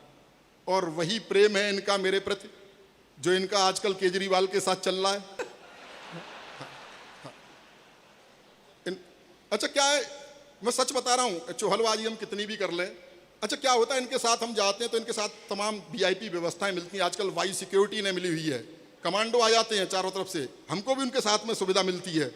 आओ भैया आओ, घेरा बनाओ घेरा बनाओ घेरा बनाओ। मैंने कहा भैया इनका बनाओ, हमारा तो बना हुआ है। अन्ना आंदोलन हुआ, अन्ना जी ने ढूंढ के लाए, क्योंकि आंदोलन में आपको पता है कुटना पिटना पड़ता है। अब पुलिस इन्हें देखती, बोले पीटे तो क्या पीटे, कहाँ से पीटे। लेकिन ये सब मजाक की बातें हैं। मैं गंभीरता से एक बात कहना चाहता हूँ, डॉक्टर कुमार विश्वास हमारे हिंदी काव्य जगत का वो कोहिनूर हीरा है, जिसकी आभा में बैठ करके हम जैसे कंकड़ पत्थर भी चमकने लगते हैं। इन्होंने प्रेम की कविताएं लिखी, मैं भी चाहता था कि इनकी तरह प्रसिद्धि मिले, प्रेम की कविताएं लिखूं, लेकिन वो अपने से हुआ नहीं। क्योंकि मेरा मानना ये है कि ये प्रेम प्यार की कविताएं हैं, वो कोई खास बात है नहीं। वो कॉलेज टाइम में जो कुछ हरकतें की गई होती हैं उसका काव्यानुवाद है। हाँ, कॉलेज तो मैं भी जाता था, लेकिन मैं पढ़ने जाता था। हाँ, प्रयास मैंने भी किए, कोई प्रेमिका हो सकता है इनको दिखी हो प्रेमिका की नीली नीली आंखें, तो वैसा लिख दिया। मुझे तो उसके बाप की लाल पीली पहले ही दिख गई थी। प्रयास मैंने भी किए, लेकिन परिणाम ऐसा नहीं कि सब ठीक ठाक निकलते हैं, परिणाम कभी दूसरी तरह के भी निकलते हैं। मैं बहुत सीधा सरल लिखता हूं। अखियां लड़ गई, वाह नहीं, परिणाम सुनिए। अखियां लड़ गई, एक पल्ले पड़ गई, बात बढ़ गई, दिमाग को चढ़ गई, मेरी जिंदगी में एक कहानी और गढ़ गई। इजहार किया तो 3-4 जड़ गई, महीनों की आशिकी मिनटों में जड़ गई। हाँ, बहुत अच्छा। ये देखिए, ये प्रेम है, पिटने पर बधाई दी जा रही है। इन्होंने मुक्तक लिखे, मैंने कुछ तुक्तक लिखे हैं। तुक्तक? हाँ, मैं 1-2 तुक्तक सुना दूं क्या? हाँ। इन्होंने लिखा, मोहब्बत सिर्फ एहसासों की पावन सी कहानी है, कभी कबीरा दीवाना था, कभी मीरा दीवानी है। मैंने कहा करके देखो, तब पता लगेगी मोहब्बत है क्या। सुनिए, आपको आनंद आएगा। हाँ। मोहब्बत सिर्फ खर्चों की बड़ी लंबी कहानी है। समझ रहा हूं, सब लुटे पिटे बैठे हैं। मोहब्बत सिर्फ खर्चों की बड़ी लंबी कहानी है। अच्छा। कभी पिक्चर दिखानी है, कभी साड़ी दिलानी है। मास्टर रोज कहता है कहाँ है फीस के पैसे, मास्टर रोज कहता है कहाँ है फीस के पैसे। उसे समझाऊं मैं कैसे, मुझे छोरी पटानी है। बहुत अच्छे, मैं समझ रहा हूं, ऐसे लोग भी हैं। एक तमाम लोग यहाँ बैठे हुए हैं और कुछ लोग जोड़े से आए हुए हैं, फिर भी हंस रहे हैं। उन्हें बधाई देना चाहता हूँ। जिनकी नहीं हुई है उन्हें एक ज्ञान देना चाहता हूँ, वो सुन लीजिएगा। हाँ। कि ये बीवी तो मुसीबत की ही लेकर आएगी आंधी। हाँ। ये बीवी तो मुसीबत की ही लेकर आएगी आंधी। गुलामी में ही जियोगे न कुछ कर पाएंगे गांधी। अरे कुछ सीख लो अपने बड़े सलमान भाई से, अरे कुछ सीख लो अपने बड़े सलमान भाई से। दूध आमूल का पीते रहे पर भैंस ना बांधी। वो समझ गया है? अच्छा, हाँ, कितनी भी दोबारा सुन लो, इसमें डेरी का पता फिर भी नहीं आएगा। हाँ, बहुत अच्छे, समझ रहा हूं मैं, सबका चरित्र सामने आ रहा है। हाँ, एक तुक्तक और सुन लीजिएगा। हमारे यहाँ आदरणीय योगी आदित्यनाथ जी हैं, उन्होंने एंटी रोमियो लगा रखा है। क्या स्थितियां हो गई हैं। ऐसा नहीं कि प्रेम में सब कुछ ठीक ठाक चलता है। किसी कमनीय कन्या का कहीं पर दीद हो जाए। पहली लाइन तो मैं अच्छी लिखता हूं कि किसी कमनीय कन्या का कहीं पर दीद हो जाए। संभव है नहीं उस पल सभी की ईद हो जाए। एंटी रोमियो स्क्वाड वाले घूमते हैं अब, न जाने कब कहां पे आपकी बकरीद हो जाए। बहुत बहुत धन्यवाद आपका। करीब आपको बधाई देना चाहता हूं, आयोजक प्रायोजक सभी को, कि आपने हिंदी के कवि बुलाए, कवि सम्मेलन करवाया। वरना डॉक्टर कुमार विश्वास जितना लेते हैं उतने में कुछ भी हो सकता था, रॉक पॉक तमाम तरह की चीज़ें चल रही हैं। तो कहीं ना कहीं आप संस्कारों को जिंदा रखे हुए हैं, भारतीय संस्कृति को जिंदा रखे हुए हैं। भारतीय संस्कृति पाश्चात्य संस्कृति पर क्या प्रहार कर रही है उसको रेखांकित करते हुए मैंने एक गीत लिखा है, वो आप तक पहुंचाना चाहता हूं। एक बार तालियां बजा करके मुझे माहौल दे दीजिए। स्वागत है। जो उसने लिखा, ओ कंप्यूटर युग की छोरी, ओ कंप्यूटर युग की छोरी, मन की काली तन की गोरी, किंचित तो अपनी बाहों का गलहार नहीं दे पाऊंगा, करना मुझको माफ मैं तुमको प्यार नहीं दे पाऊंगा, यो कंप्यूटर युग की छोरी। हाँ, ताली वाली बजाते रहिए, आसाराम बापू की कथा नहीं हो रही है। हाँ, आनंद लीजिएगा। क्यों नहीं दे पाऊंगा, तर्क सुनिए। कि तुम फैशन टीवी सी लगती, मैं संस्कार का चैनल हूं। तुम फैशन टीवी सी लगती, मैं संस्कार का चैनल हूं। तुम मिनरल वाटर की बोतल, मैं गंगा का पावन जल हूं। तुम करो गाड़ियों की मांगे, मैं पाँव पाँव चलने वाला। तुम हेलोजन सी जलती हो, मैं दीपक सा जलने वाला। तो चमक दमक वाला तुमको संसार नहीं दे पाऊंगा, करना मुझको माफ मैं तुमको प्यार नहीं दे पाऊंगा, यो कंप्यूटर युग की छोरी। लड़की मॉडल है, मॉडलिंग करती है। कि तुम रैंप पे देह दिखाती हो, मैं संस्कार को जीता हूं। तुम रैंप पे देह दिखाती हो, मैं संस्कार को जीता हूं। जब तुम्हें देख सीटी बजती, मैं घूंट लहू का पीता हूं। तुम सदा स्वप्न में जीती हो, मैं हूं यथार्थ जीने वाला। तुम जाम टकीला पीती हो, मैं हूं मट्ठा पीने वाला। तो फास्ट फूड भी मैं तुमको हर बार नहीं दे पाऊंगा, करना मुझको माफ मैं तुमको प्यार नहीं दे पाऊंगा, यो कंप्यूटर युग की छोरी। और तर्क सुनिए। संस्कार से मुझे याद आ गया, और ये सच्ची घटना है, कोई जोक नहीं है। संजय दत्त को जेल से जल्दी छोड़ दिया था, क्योंकि उसका आचरण व्यवहार ठीक ठाक था जेल में। तो उसे जल्दी छोड़ दिया था। ये खबर टीवी पर चल रही थी। मेरा एक 12-13 साल का भतीजा है, उसने वो खबर देख के कहा, चाचा इसे जल्दी क्यों छोड़ दिया? मैंने कहा, बेटा इसके जेल में आचार व्यवहार संस्कार बहुत अच्छे थे। बोले, अच्छा चाचा, आसाराम बापू जेल में भी नहीं मानने क्या? आनंद लीजिएगा। कि तुम क्लॉक अलार्म से न जगो, मैं कॉकबांग से जगता हूं। तुम क्लॉक अलार्म से न जगो, मैं कॉकबांग से जगता हूं। तुम डिस्को की धुन पर नाचो, मैं राम नाम ही जपता हूं। तुम डैडी को अब डैड कहो, अंग्रेजी की भी अंग्रेजी। तुम डैडी को अब डैड कहो, मम्मी को मॉम बताती हो। तुम करवा चौथ भूल बैठी, डे वैलेंटाइन मनाती हो। तो तुम्हें तुम्हारे सपनों का त्योहार नहीं दे पाऊंगा, करना मुझको माफ मैं तुमको प्यार नहीं दे पाऊंगा, यो कंप्यूटर युग की छोरी। और तर्क सुनिए। कि तुम पॉप म्यूजिक सी बजती, मैं बंसी की धुन का धुनिया। तुम पॉप म्यूजिक सी बजती, मैं बंसी की धुन का धुनिया। मुझ पर डॉट फोन भी ना, तुम पर इंटरनेट की दुनिया। तुम मोबाइल के मैसेज सी, मैं पोस्ट कार्ड लिखने वाला। तुम टेडी बियर सी लगती, मैं गुब्बारा उड़ने वाला। तो भौतिकवादी सुख साधन संचार नहीं दे पाऊंगा, करना मुझको माफ मैं तुमको प्यार नहीं दे पाऊंगा, यो कंप्यूटर युग की छोरी। अंतिम बंद पढ़ता हूं। इसमें कुछ प्रतीक राजनीति से हैं। कवियों का, साहित्यकारों का किसी भी राजनीतिक दल से कुछ लेना देना होता नहीं है। मस्ती में लिखा है, मस्ती में सुन लीजिए। और मैं उत्तर प्रदेश से आया हूं, हमारे यहाँ तो नेता बड़े कमाल कमाल के हुए हैं।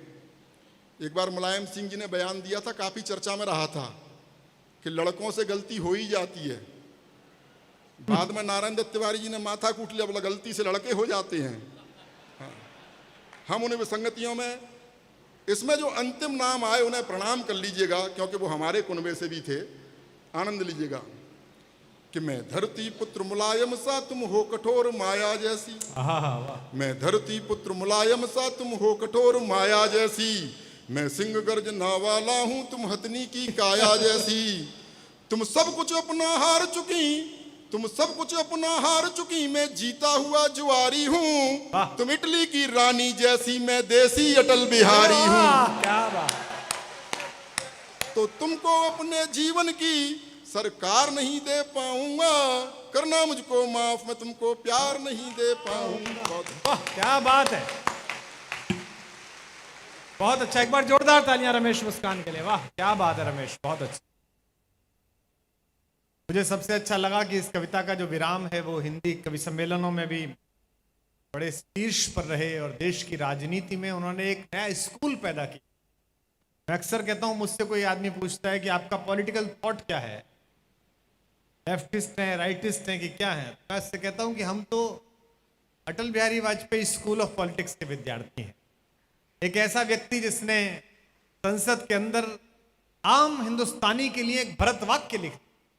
आपको जब भी परेशानी हो, जब भी आपको लगे कि इस बात पर बोलना है कि नहीं बोलना, पार्टी की समस्या हो जाएगी, नेता के खिलाफ चला जाएगा, सदा एक बात अटल जी की याद रखना जो उन्होंने पार्लियामेंट में बोली थी। मैं दिन रात उस बात को याद रखता था, याद रखता हूं, राजनीति में भी रखता था, अब भी याद रखता हूं। सरकारें आएंगी जाएंगी, पार्टियां बनेंगी बिगड़ेंगी, सत्ता का खेल तो चलेगा, ये देश रहना चाहिए, इसका लोकतंत्र रहना चाहिए। आप बहुत मन के साथ सुन रहे हैं। मैं चाहता हूं कि अब थोड़ा यहां वो रस बरसे जिसके लिए द्वारिकाधीश तरसते थे। गुजरात के लोगों, आपसे एक शिकायत है, हमने आपको हंसता मुस्कुराता बांसुरी बजाता हुआ कन्हैया दिया था, आपने उसे चक्र सुदर्शन चलाने वाला द्वारिकाधीश बना दिया। ये जो भाषा अभिराम पाठक ने बोली थी, ये चक्र सुदर्शन की भाषा थी, और अब मैं जिसे बुला रहा हूं वो बांसुरी की भाषा बोलती है। लेकिन मेरी इस खोज पर आपकी तालियां बजे, इन दोनों में अंतर है। चक्र सुदर्शन शक्ति का प्रतीक है। भगवान कृष्ण हमको समझा कर गए हैं कि शक्ति और प्रेम दोनों में संभालना हो तो कैसे संभालना। जब वो शक्ति संभालते हैं तो अपने हाथ की सबसे छोटी उंगली पर उसको धारण कर लेते हैं, लेकिन जब वो प्रेम में बजने वाली बांसुरी संभालते हैं तो दसों की दसों उंगलियों को लगाकर पूरे शरीर को टेढ़ा मेढ़ा कर लेते। यानी कि जब प्रेम संभालो तो दसों कर्मेंद्रियां ज्ञानेंद्रियां मिलाकर संभालो, और जब शक्ति को संभालो, शक्ति का उपयोग करो तो यूं ही करो। क्योंकि जिन्होंने शक्ति के अहंकार में कभी कुछ किया था, देखो उनकी क्या हालत है दुनिया। मैं ब्रिटेन जाता हूं तो देखता हूं, वहां किसी भी बिल्डिंग के पास से गुजरिए, उसमें लिखा रहता है 1723 में बनी थी। हम और ये घूम रहे थे, याद है, हैली रोड के बगल में, मैंने रुक के दिखाया, वहां लिखा हुआ था कि रॉबर्ट क्लाइव इंडिया में जो वायसराय रहे थे वो इस बिल्डिंग में 11 साल रहे। क्योंकि बेकल साहब का शेर है कि उधर वो हाथों में पत्थर बदलते रहते हैं। इस शहर में भी जो धनी लोग हो, जो शक्तिशाली लोग हो, जो सत्ता में हो या कहीं भी हो, तो ये ध्यान रखें सदा, हम इसी काम के लिए बुलाए जाते हैं। इस पर तालियां देना कि उधर वो हाथों में पत्थर बदलते रहते हैं, इधर भी अहले जुनू सर बदलते रहते हैं। ये दबदबा, ये हुकूमत, ये नशे दौलत, किराएदार हैं, सब घर बदलते रहते हैं। जब तक सामाजिक जिम्मेदारी को आप किराएदार की तरह निभाओगे तब तक आपका जीवन सुख में रहेगा। 5 स्टार होटल के स्वीट में रुकते हो तब भी ये चिंता नहीं करते हो कि इसे छोड़ के जा रहा हूं, रोते नहीं हो। लेकिन जो बनाया खुद का मकान है वो छुट जाएगा इसके लिए रोते, परिवार छुट जाएगा इसके लिए रोते हो। तो ये जो तटस्थ प्रेम का भाव है, मैं इसके लिए आपके ही आंगन में जो इन दिनों कविता का आकार गढ़ रही है, हमको कम तालियों में सुनिए चल जाएगा, कोई दिक्कत नहीं है। लेकिन अगर आपने अपने ही आंगन की तुलसी को एक लोटा पानी प्रेम का नहीं दिया तो इन वट वृक्षों के साथ बैठने की उसकी योग्यता थोड़ी कम हो जाएगी। उत्तर प्रदेश ने आपको उसे वधू के रूप में, बहू के रूप में सौंपा, और आप सब तो ऐसे लोग हो जो अपने परिवार को बहुत प्रेम करते। ये अकेली जगह है जब परिवार में ही इतना प्रेम है। कांताबेन, शांति भाई, कहीं जाने की जरूरत ही नहीं। गुजराती इतनी अच्छी भाषा है कि मैं तो सीखना चाहता था। 20 साल पहले जब पहली बार अहमदाबाद स्टेशन उतरा था रेलवे पे, बाहर निकल के एक पोस्टर देखा तो हाथ जोड़ लिया कि मुझे नहीं आ सकती, गड़बड़ हो सकती। फिल्म का पोस्टर लगा हुआ था, मोटा घरानी बहू, नीचे लिखा हुआ था चालू छे। मैंने कहा अपन नहीं सीख सकते भाई, मेरे को नहीं आता है। तो इसलिए प्रेम की अपनी भाषा है, प्रेम का अपना काम है। कृष्ण के पांव में पड़े छाले, देखिए सुनिए और तालियां बजाइए कि कृष्ण के पांव में पड़े छाले, राधिका धूप में चली हो। इसे कहते हैं प्रेम, इसे कहते हैं प्यार। तो यहां श्वेता सिंह है जो मूलतः उत्तर भारत से है लेकिन बड़ौदा में रहती है, आपके पास में रहती हैं। इनको इतनी तालियों से सुनना कि इनके पतिदेव सो गए हो तो उनको पता चले कि जो रस रंग और आनंद उन्होंने छोड़ा और इन्होंने छोड़ा, उससे ज्यादा आनंद आनंद के लोगों ने इन्हें दी। एक बार जोरदार तालियों के साथ स्वागत करिए। आइए। आहा, पहली बार माइक वाला आया है।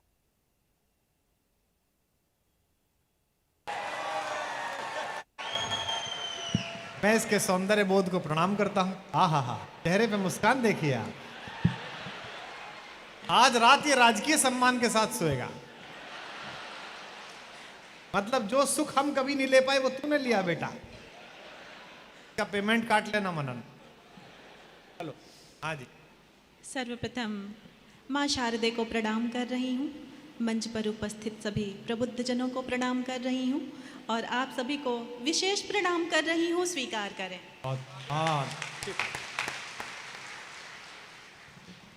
लौह पुरुष सरदार वल्लभ भाई पटेल की जमीन पर खड़े होकर के कविता पढ़ना जो सुखद अनुभूति देती है वह कहीं भी नहीं मिलता है। मेरे आनंद के लोगों, जिस आनंद से आप मोहब्बत सुनना चाहते हैं, एक बार मोहब्बत की तालियां बजा करके मुझे सूचित कर दीजिए। बहुत बहुत आभार आप सभी का। 4 पंक्तियां सौंप रही हूं, सुनिए। तुम्हें प्रस्ताव नैनों का अगर स्वीकार हो जाए, थोड़ा आह वाह करते रहिए तो मेरा हौसला बढ़ेगा। हाँ नहीं, ये गुजरात के लोग हैं, चिंता मत कर बेटा। ये कई चैनल तो पूरी रात बिना आवाज देखते हैं, बहुत अच्छे लोग हैं ये। हाँ ताली वाली बजा। हाँ चल पढ़।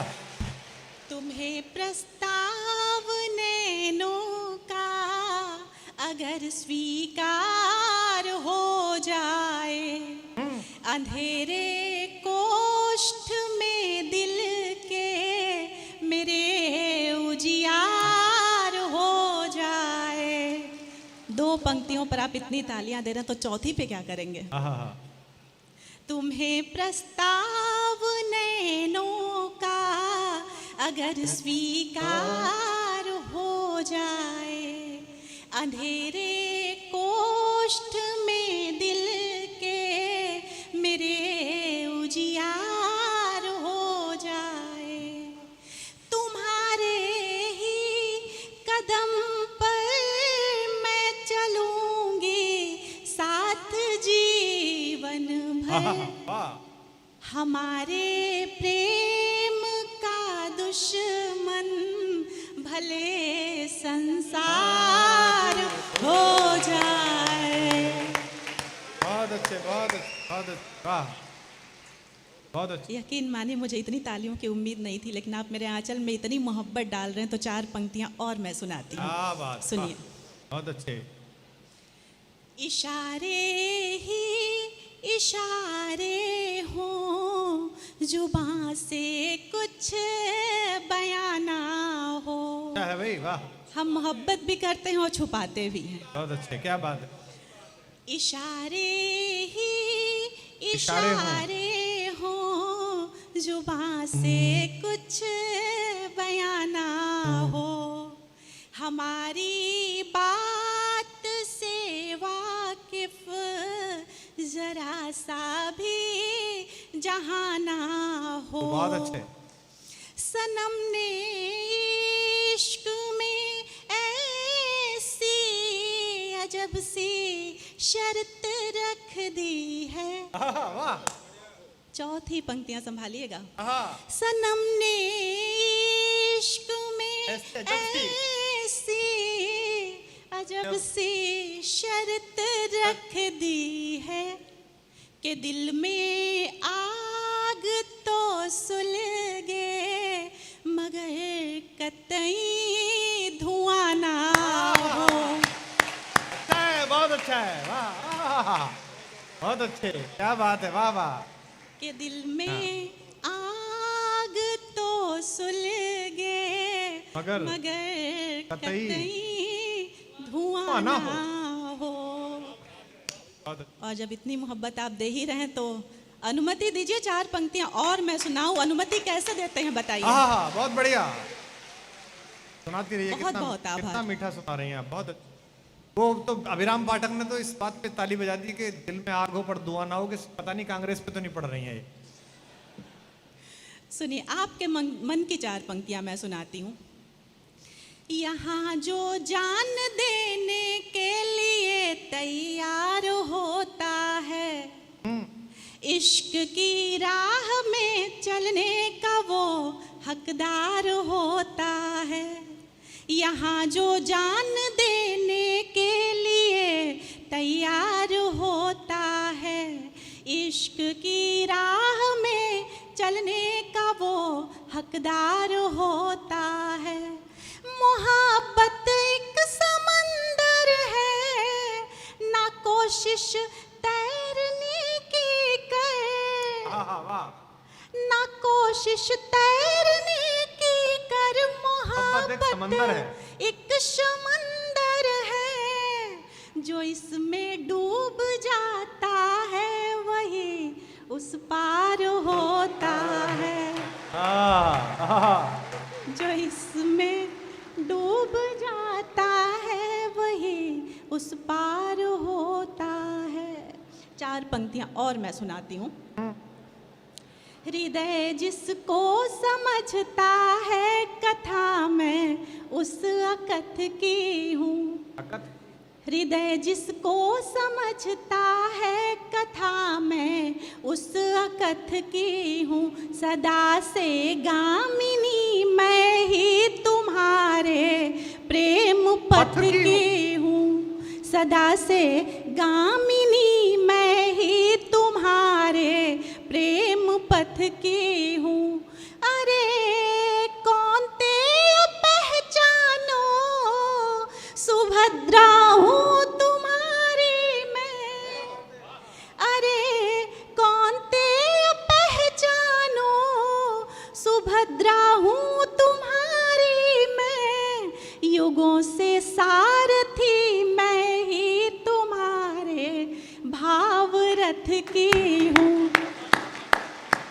युगों से सारथी मैं ही तुम्हारे भाव रथ की हूँ। 4 पंक्तियां और समर्पित करके फिर छोटा सा गीत मैं पढ़ूंगी, सुनिए। उदासी से भरे तन्हा हमारे दिन गुजरते हैं, वहीं फिर रात में आकर विरह के नाग डसते हैं। इनायत मानसूनों की इधर भी है उधर भी है। इनायत मानसूनों की इधर भी है उधर भी है। इधर आंखें बरसती हैं, उधर बादल बरसते हैं। अच्छा है, अच्छा है, इधर बहुत अच्छा है। आंखें बरसती हैं, उधर बादल बरसते हैं। एक गीत के लिए मुझे अनुमति दीजिए। बहुत मीठा पढ़ रही हैं आप, बहुत मीठा पढ़ रही हैं। सुनिए, बहुत प्यारा सा गीत मैं सुनाती हूँ। स्वागत। कभी कभी ऐसा होता है कि हम अपने मन के भाव सामने वाले को कहना चाहते हैं, अपने प्रेमी को बताना चाहते हैं, लेकिन संकोचवश नहीं बता पाते हैं। यही भूमिका है गीत की, सुनिए। जिसके देखे हंसी ख्वाब हम रात भर, बात दिल की उसी को बता ना सके। फूल लाए गुलाबों के जिसके लिए, फूल लाए गुलाबों के जिसके लिए। पास आया तो उसको थमा ना सके। पास आया तो उसको थमा ना सके। जिसके देखे हंसी ख्वाब हम रात भर। सोच कर मैं गई आज सब बोल दूं, राज दिल के सभी सामने खोल दूं। पास अपने बिठा सांस के सुर मिला, इश्क की खुशबुएं सांस में घोल दूं, लाज दीवार कर दी खड़ी मौन की, लाज दीवार कर दी खड़ी मौन की, लब वो दीवार मेरे गिरा ना सके,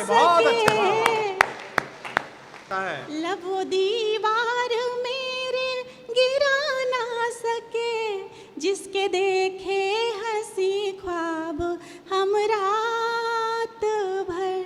और जिसके मैंने ख्वाब देखे वो कैसा था? न वो मजनू न रांझा, न वो मजनू न रांझा न फरहाद है, पर मेरी चाहतों का वो अनुवाद है। न वो मजनू न रांझा, न वो मजनू न रांझा न फरहाद है, पर मेरी चाहतों का वो अनुवाद है।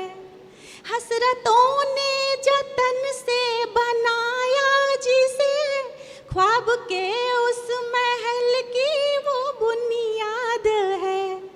ख्वाब में खूब उसके गले हम मिले, ख्वाब में खूब उसके गले हम मिले, सामने हाथ तक हम मिला ना सके,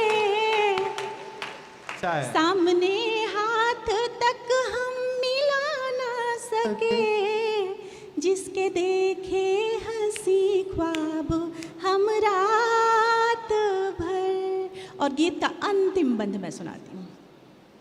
जिस्म में और वो अब दिलो जान है, इन लबों पर रखी एक मुस्कान है, काफिया उसकी मैं वो रदीफ और बहर, वो ही एहसास है वो ही अरकान है।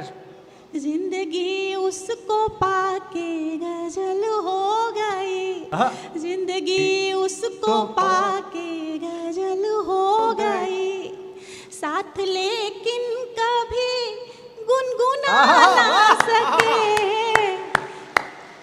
साथ लेकिन कभी गुनगुना ना सके, जिसके देखे हंसी ख्वाब हम रात भर।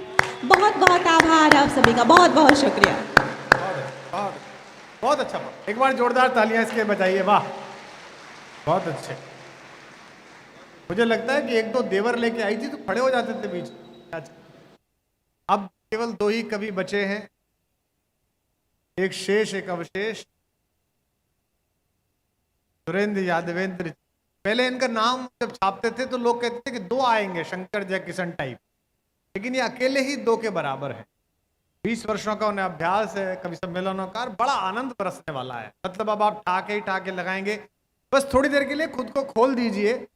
देखिए ये जो समय है ना, ये दोबारा नहीं आएगा। और सबसे बड़ी बात तो इस पर भी आपकी ताली मिलेगी, आज का कार्यक्रम कवि क्या सुना रहा है, आप कितने रस से सुन रहे हैं तो अलग बात है। ये सोच के देखिए कि इन्हीं दिनों पिछले साल क्या हालत, सुबह सुबह मोबाइल उठाते में डरते थे कि पता नहीं कोई बुरा समाचार तो नहीं। ये भवानी की कृपा है, ये भगवान शंकर की कृपा है कि हम आपको सुनाने योग्य बचे और आप सुनने योग्य बचे। इसके लिए हम दोनों तैयार हैं। तो इसी कृपा कटाक्ष के साथ आप स्वागत कीजिए वीरभूमि राजस्थान से, चंबल के किनारे से, 12 से भाई सुरेंद्र यादवेंद्र आए हैं। आपकी तालियों में थोड़ी कमी हो गई है, मैं देख रहा हूं। एक बार उन्हें बताइए कि आपकी तालियां उतनी हैं, जोरदार तालियां। इस बार तो लाज बचाने आया है। समझ रहे हैं बेटे हम तेरी बात।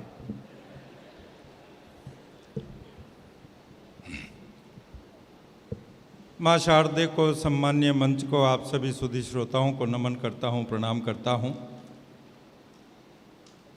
वीरभूमि, वीर शिरोमणि महाराणा प्रताप की धरती से, जिन्होंने देश की आधी धरती को मुगलों से मुक्त कराया, उस भूमि से ऐसी धरती को नमन करता हूँ जिन बापू और पटेल ने अंग्रेजों से पूरे देश को मुक्त कराया। मैं प्रणाम करता हूँ आप सबको। बहुत अच्छा सुन रहे हैं आप, बहुत मज़ा आ रहा है, आनंद में वाकई आनंद आ रहा है। अभी मेरे पहले श्वेता गीत गज़ल पढ़ रही थी प्यार के मनोहार के, तो ये जो मोहल्ला है वार्ड नंबर 18, ये बड़े ऊंचे हाथ कर करके तालियां बजा रहा था। अब मेरा जब नंबर आया और मैं माइक पे आया तो ये मोहल्ला कुछ उदास हो गया है। क्यों उदास हुआ, मुझे बैठे बैठे जो कारण नजर आया, मैं 4 पंक्तियों में आप तक सौंपता हूं। मजा लेना, आनंद लेना। गुजराती और मारवाड़ी 2 लोगों की एक विशेषता है, वो किसी का उधार बाकी नहीं रखते। अगर आनंद की उत्पत्ति आपके अंतर्मन में हो तो पीछे तक के श्रोताओं से रोकिएगा मत, तालियों में तब्दील करके मुझ तक पहुंचाना। मारवाड़ी होने के नाते आपसे प्रॉमिस करता हूं, वादा करता हूं, ब्याज सहित दुगना मजा दुगना आनंद आपको वापस लौटाऊंगा। स्वागत है, वाह क्या बात है। मुझे पता है ये तालियां ब्याज शब्द पर ही बजी हैं। बहुत अच्छा सुरेंद्र जी। सुनिएगा, वार्ड नंबर 18, आप भी बजाना। कि आप किस लिए उदास हो गए, हाँ, आप किस लिए उदास हो गए, होश और क्यों हवास खो गए, एक पारों ने गीत क्या पढ़ा, आप तो देवदास हो गए। बहुत अच्छे। अब भैया ये आवागमन थोड़ा सा बंद कर दो, वरना मैं ऐसी कविता सुना दूंगा जो मैंने आज दिन तक लिखी ही नहीं और कभी लिखूंगा भी नहीं। हाँ, देखिए यहीं से कुछ बातें हैं।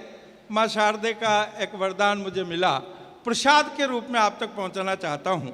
लेकिन एक बात कहना चाहता हूं कि माँ शारदे की उसमें एक शर्त उन्होंने लगा दी कि पीछे तक का एक एक श्रोता अगर तालियां बजाते रहेंगे तो वो कविता यहीं बनती रहेगी, बढ़ती रहेगी, चलती रहेगी। अगर आपकी तालियां बंद हो गई तो वो कविता गिर जाएगी, बंद हो जाएगी, रुक जाएगी। यहीं से कुछ बातें उठाता हूँ, आप तक पहुँचाता हूँ। मज़ा लीजिए, आनंद लीजिए। कि सरस्वती वंदना आज खुद डॉक्टर साहब ने की, कुमार विश्वास जी ने। मित्रों, एक बात कहना चाहता हूँ, आज के आयोजन की प्रमुख कड़ी जो है, जो आपको हंसने का, खिलखिलाने का, मुस्कुराने का अवसर प्रदान हुआ है और हम कवियों को कविताएं सुनाने का अवसर प्रदान हुआ है, उसकी मुख्य कड़ी डॉक्टर कुमार विश्वास हैं। और इन्होंने देश और विदेश में 100 इस तरह के कवि सम्मेलन करने का एक संकल्प, ये 150-200 तक भी आगे जाएगा, मुझे पूरा विश्वास है। उसके लिए ये बहुत बहुत बधाई के पात्र हैं। जोरदार तालियों से इस संकल्प का स्वागत कीजिएगा। आइए सर, लीजिए मैं बात शुरू करता हूँ। गुजराती लोग वाकई इंटेलिजेंट होते हैं, तो आयोजकों को बताना चाह रहा हूँ कि जहाँ भी पूरे देश में जाते हैं कवि लोग, कवि सम्मेलन होता है तो फूलों की मालाएं, बड़े बड़े हार पहनाते हैं। यहाँ ऐसा कुछ नहीं हुआ। और ले ले कि आनंद में परिवार नहीं, सरस्वती वंदना डॉक्टर साहब ने की थी, तो पहले वहाँ से शुरू करता हूँ, सरस्वती वंदना से। जी भाई जी। कि कुमार भाई ने माँ सरस्वती की करी अर्चना पूजा, अरे काव्यमयी हो गया यहाँ का वातावरण, समूचा आरती माता की उतारी रे, बजाओ तालियां, आरती माता की उतारी रे, बजाओ तालियां। आइए, 2 मेहमान आए हैं, आइए बिराज।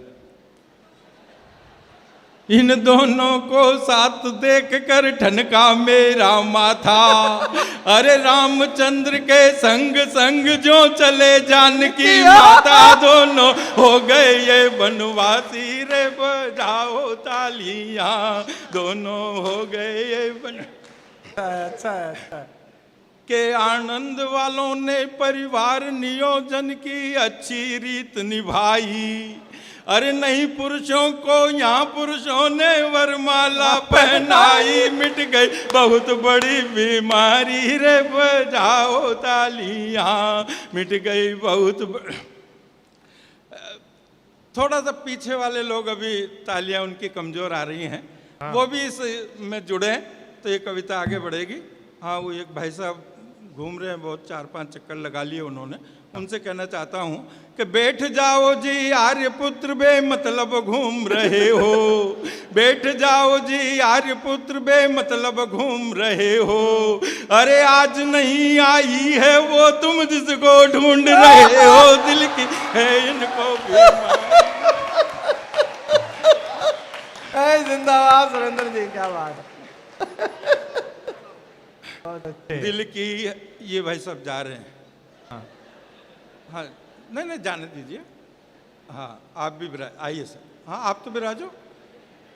आइए श्रीमान कृपया स्थान ग्रहण कर बैठे, सही समय पर आप आए हम शुरू शीघ्र कर बैठे। हमसे भूल हो गई भारी जी बजाओ तालियां, हमसे भूल हो गई के सही समय पर आप पधारे होते अग्रज भ्राता।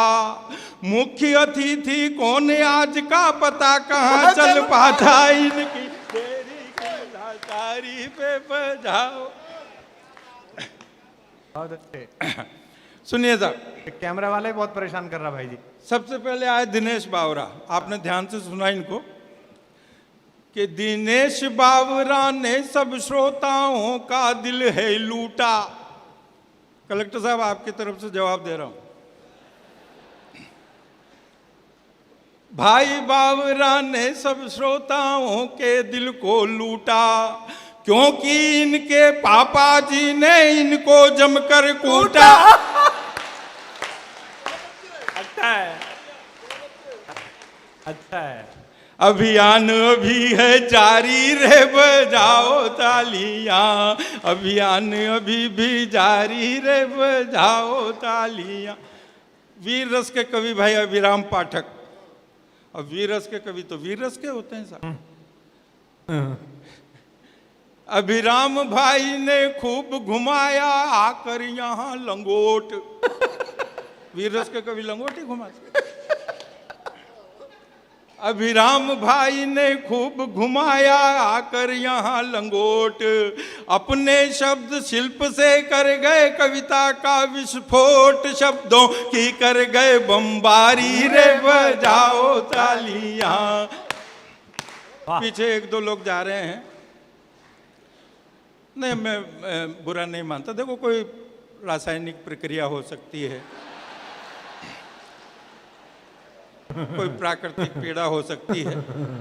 जाते जाते मेरी आवाज आप तक पहुंच जाएगी, बस 2 पंक्तियां लेते जाओ कि कहाँ चले। अभी तो कुमार डॉक्टर साहब को पढ़ना है कि कहाँ चले श्रीमान छोड़कर पकी पकाई खीर।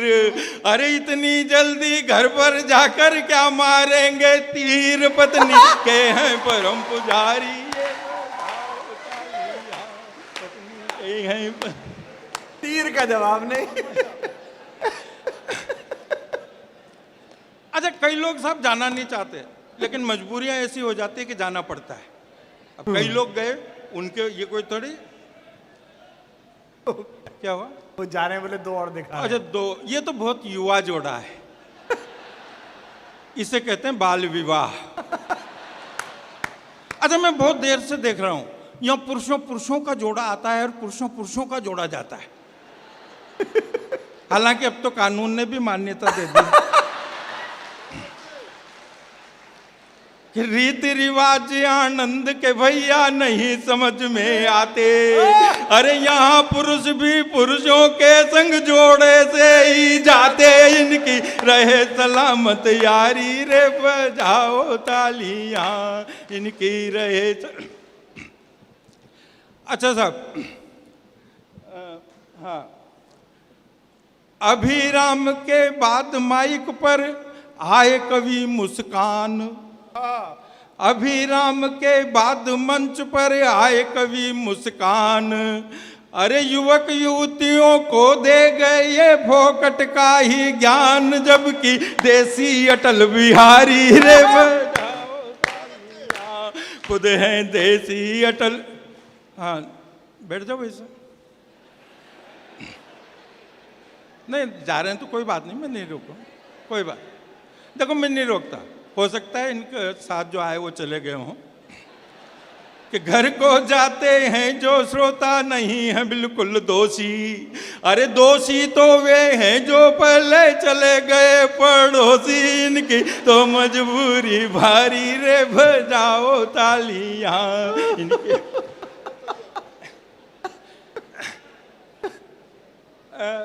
मुस्कान भाई के बाद तो अब मैं शिकायत की दो पंक्तियां डॉक्टर कुमार विश्वास जी को देना चाहता हूं। लेकिन उस शिकायत में अगर आपको मजा आया, आनंद आए, तो थोड़ी सी तालियां और उठाना। मजे की पंक्तियां, आनंद की पंक्तियां। स्वागत है भाई जी। कुमार भाई ने भी भाई मुझसे बदला खूब निकाला। हाँ कुमार भाई ने भी भाई मुझसे बदला खूब निकाला, अरे मारुति के पीछे इंजन सड़क कूटने वाला, इनके बाद हमारी बारी रे बजाओ।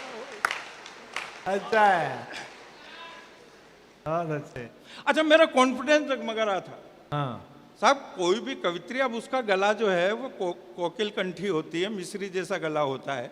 उसके बाद अगर कोई भी कवि आता है तो उसका कॉन्फिडेंस डगमगाता है।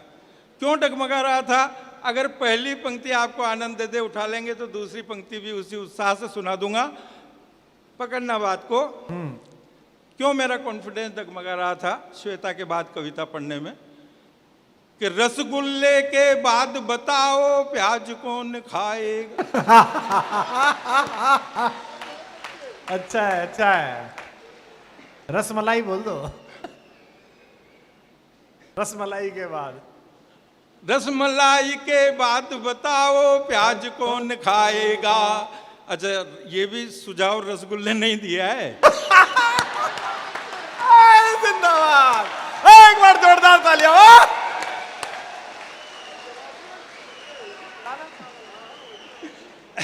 हाय हाय हाय हाय। रसमलाई के बाद बताओ प्याज कौन खाएगा। अरे इनको सुनकर मुझे सुनोगे मजा कहाँ आएगा। ये तो कर गए चोट करारी रे बजाओ तालियां। ये तो कर गए चोट कर।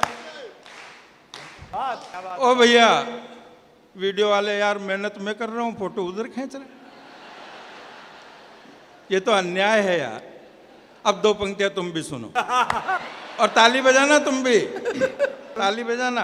कि तुमसे नहीं, पूरा सदन अगर मजा आए, आनंद आए, तो उसकी एहसास दोनों हाथ उठा करके करें कि तुमसे नहीं शिकायत कोई प्रेम से रील उतारो।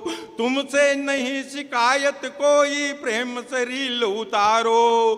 पर होकर मर्द मर्द के ऊपर एक आंख मत मारो, चक्कर जाएगा। जिंदाबाद।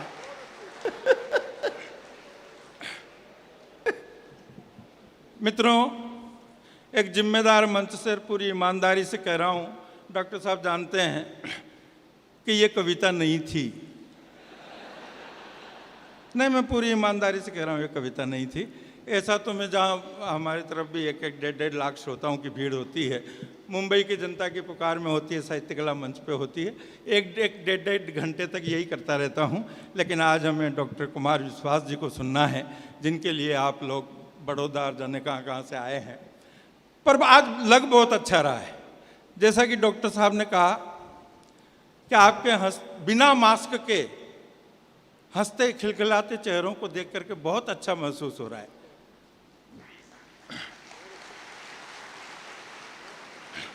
डॉक्टर साहब बीच में, इन 2 सालों के बीच में छुटपुट थोड़ी सी छूट मिली। उसमें हुए कवि सम्मेलन 100-150 लोगों के हॉल में, पर हमें ऐसा लगता था जैसे भगवान रामचंद्र जी की सेना के सामने कविता पाठ कर रहे हैं। कोई अंगद जी नजर आते थे मास्क लगाकर, कोई नल, कोई नील, कोई हनुमान जी साक्षात। एक तो वो काला वाला, वो चोंच वाला मास्क वो लगा के बैठ गया। मैंने कहा जामवंत जी की कमी थी।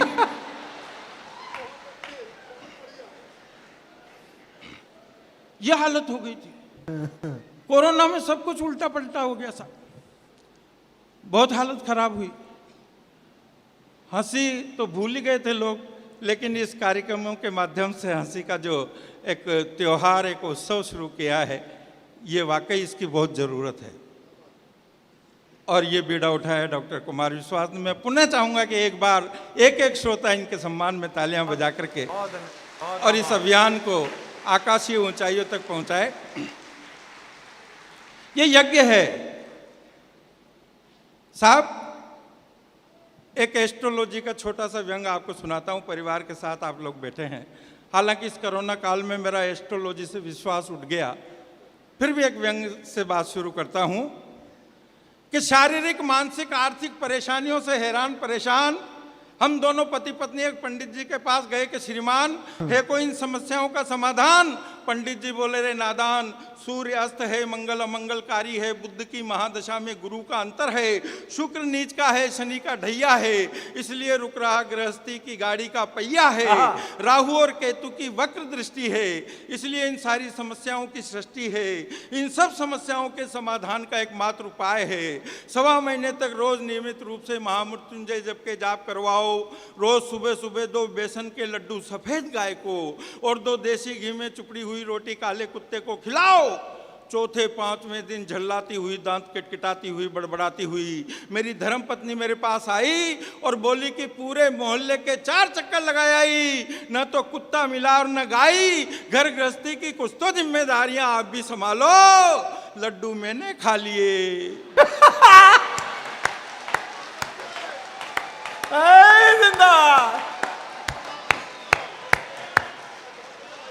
भाई वाह वाह, क्या बात है। वाह वाह, क्या श्रोता हैं। पूरे देश में घूमते हैं, लेकिन जो बात कहने के पहले बिना कहे ही समझ जाए, ऐसे श्रोता नहीं देखे। मैं मंच से चाहूंगा मेरे कवि मित्रों से, अनुजों से कि इन श्रोताओं के लिए तालियां बजाएं, आप बजाएं। वाह। घर गृहस्थी की कुछ तो जिम्मेदारियां आप भी संभालो। लड्डू मैंने खा लिए, रोटियां आप खा लो, लड्डू मैंने खा लिए। पर मेरा विश्वास उठ गया साहब एस्ट्रोलॉजी से। आप याद कीजिए वो फर्स्ट लॉकडाउन, मतलब घर से बाहर निकलना तो दूर, कमरे से बाहर नहीं निकल रहा आदमी, और पति पत्नी भी एक दूसरे कमरे में, साथ नहीं। अब आदमी उन दिनों आप और हम सब कर क्या रहे थे? 2 ही काम थे हमारे पास। खाना तो ऐसे पटकते थे यूं जैसे थाली सरका के। काम 2 ही थे, या तो टीवी देख रहे होते या नेट देख रहे होते। अब एक दिन मैं टीवी देख रहा, एक वो ज्योतिषी जी आ रहे एक चैनल पे और संयोग से मेरी राशि बता रहे। अच्छा। तो मैंने रोक लिया, मैंने कहा देखें। अब वो ज्योतिषी जी कह रहे आज आपकी राशि का 8 ग्रह एक ही घर में आ गए। मैंने कहा यहाँ तो कमरे में एक दूसरे 2-2 नहीं रह पा रहे। अब 8 कैसे रहेंगे कोरोना में एक घर में? और आपका भाग्योदय होगा और शाम को ठीक 5:30 बजे आप बहुत ऊंचाई पे जाएंगे।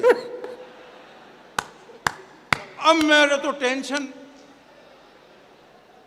मैंने कहा बसें बंद, ट्रेनें बंद, फ्लाइट बंद, खुद की गाड़ी नहीं निकाल सकते, कार की तो छोड़ो, मोटरसाइकिल, अरे मोटरसाइकिल भी छोड़ो, खुद ही नहीं निकल सकते।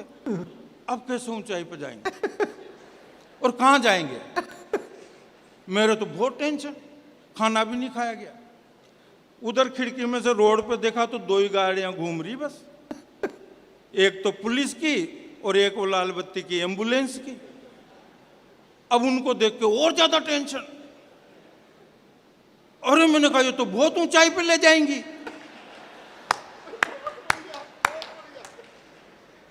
और ये तो ले ही जाती हैं, वापस थोड़ी लाती हैं।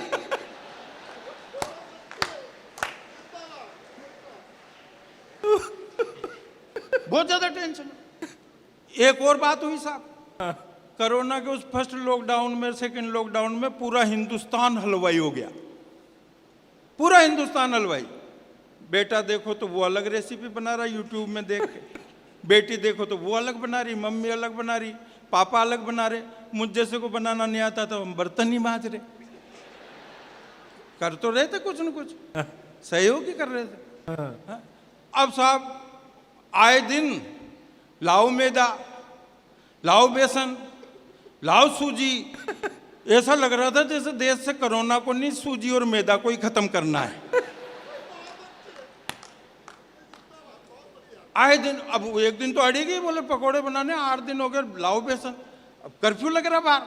मैंने एक किराने वाले दोस्त को फ़ोन किया, मैंने कहा यार बैक डोर से दे दे, तो उसने कहा कि यार ठीक है चल आजा, मैं दुकान खोलता हूँ। मैं गया गलियों में होके चोरी छिपे, उसने पीछे का शटर खोला आधा और बेसन तोल ही रहा था, उतने में पुलिस की गाड़ी आ गई।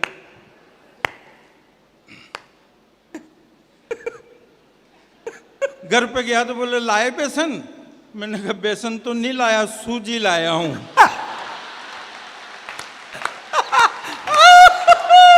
दोनों हाथ उठा के तालियां एक बार वो।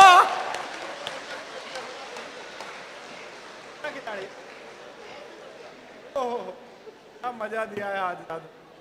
8 दिन बाद ही फिर लाओ बेसन, लाओ मैदा, लाओ सूजी, फिर परेशान। फिर मैंने उसको फोन किया, मैंने कहा यार सूजी पड़ी है क्या? वो बोला जिस दिन तू बेसन ले गया था ना उसी दिन से सूजी पड़ी है।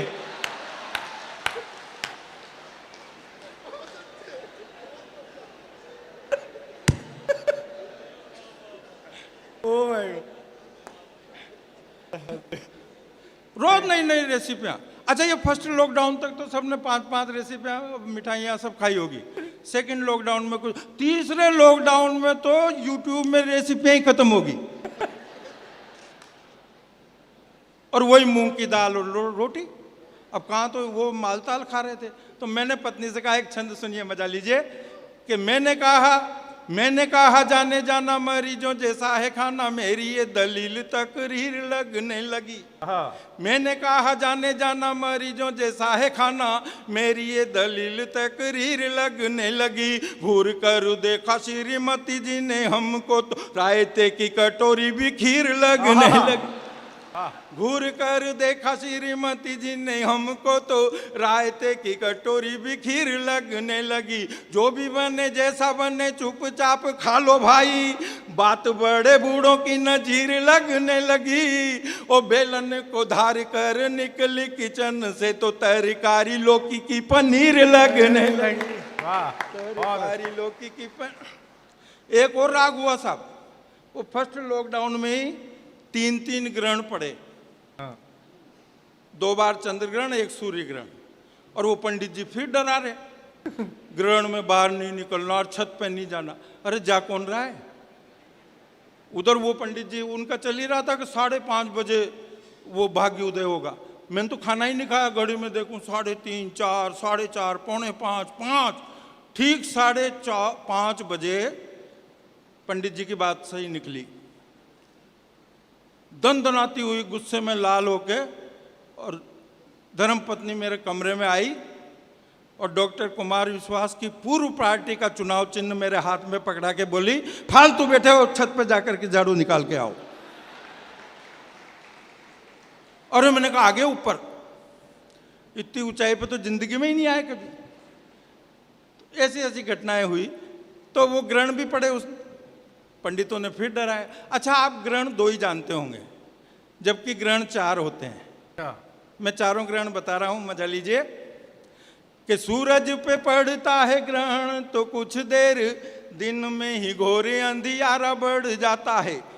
चांद पर पड़ती है ग्रहण की छाया, जब चमकीला चांद तक काला पड़ जाता है।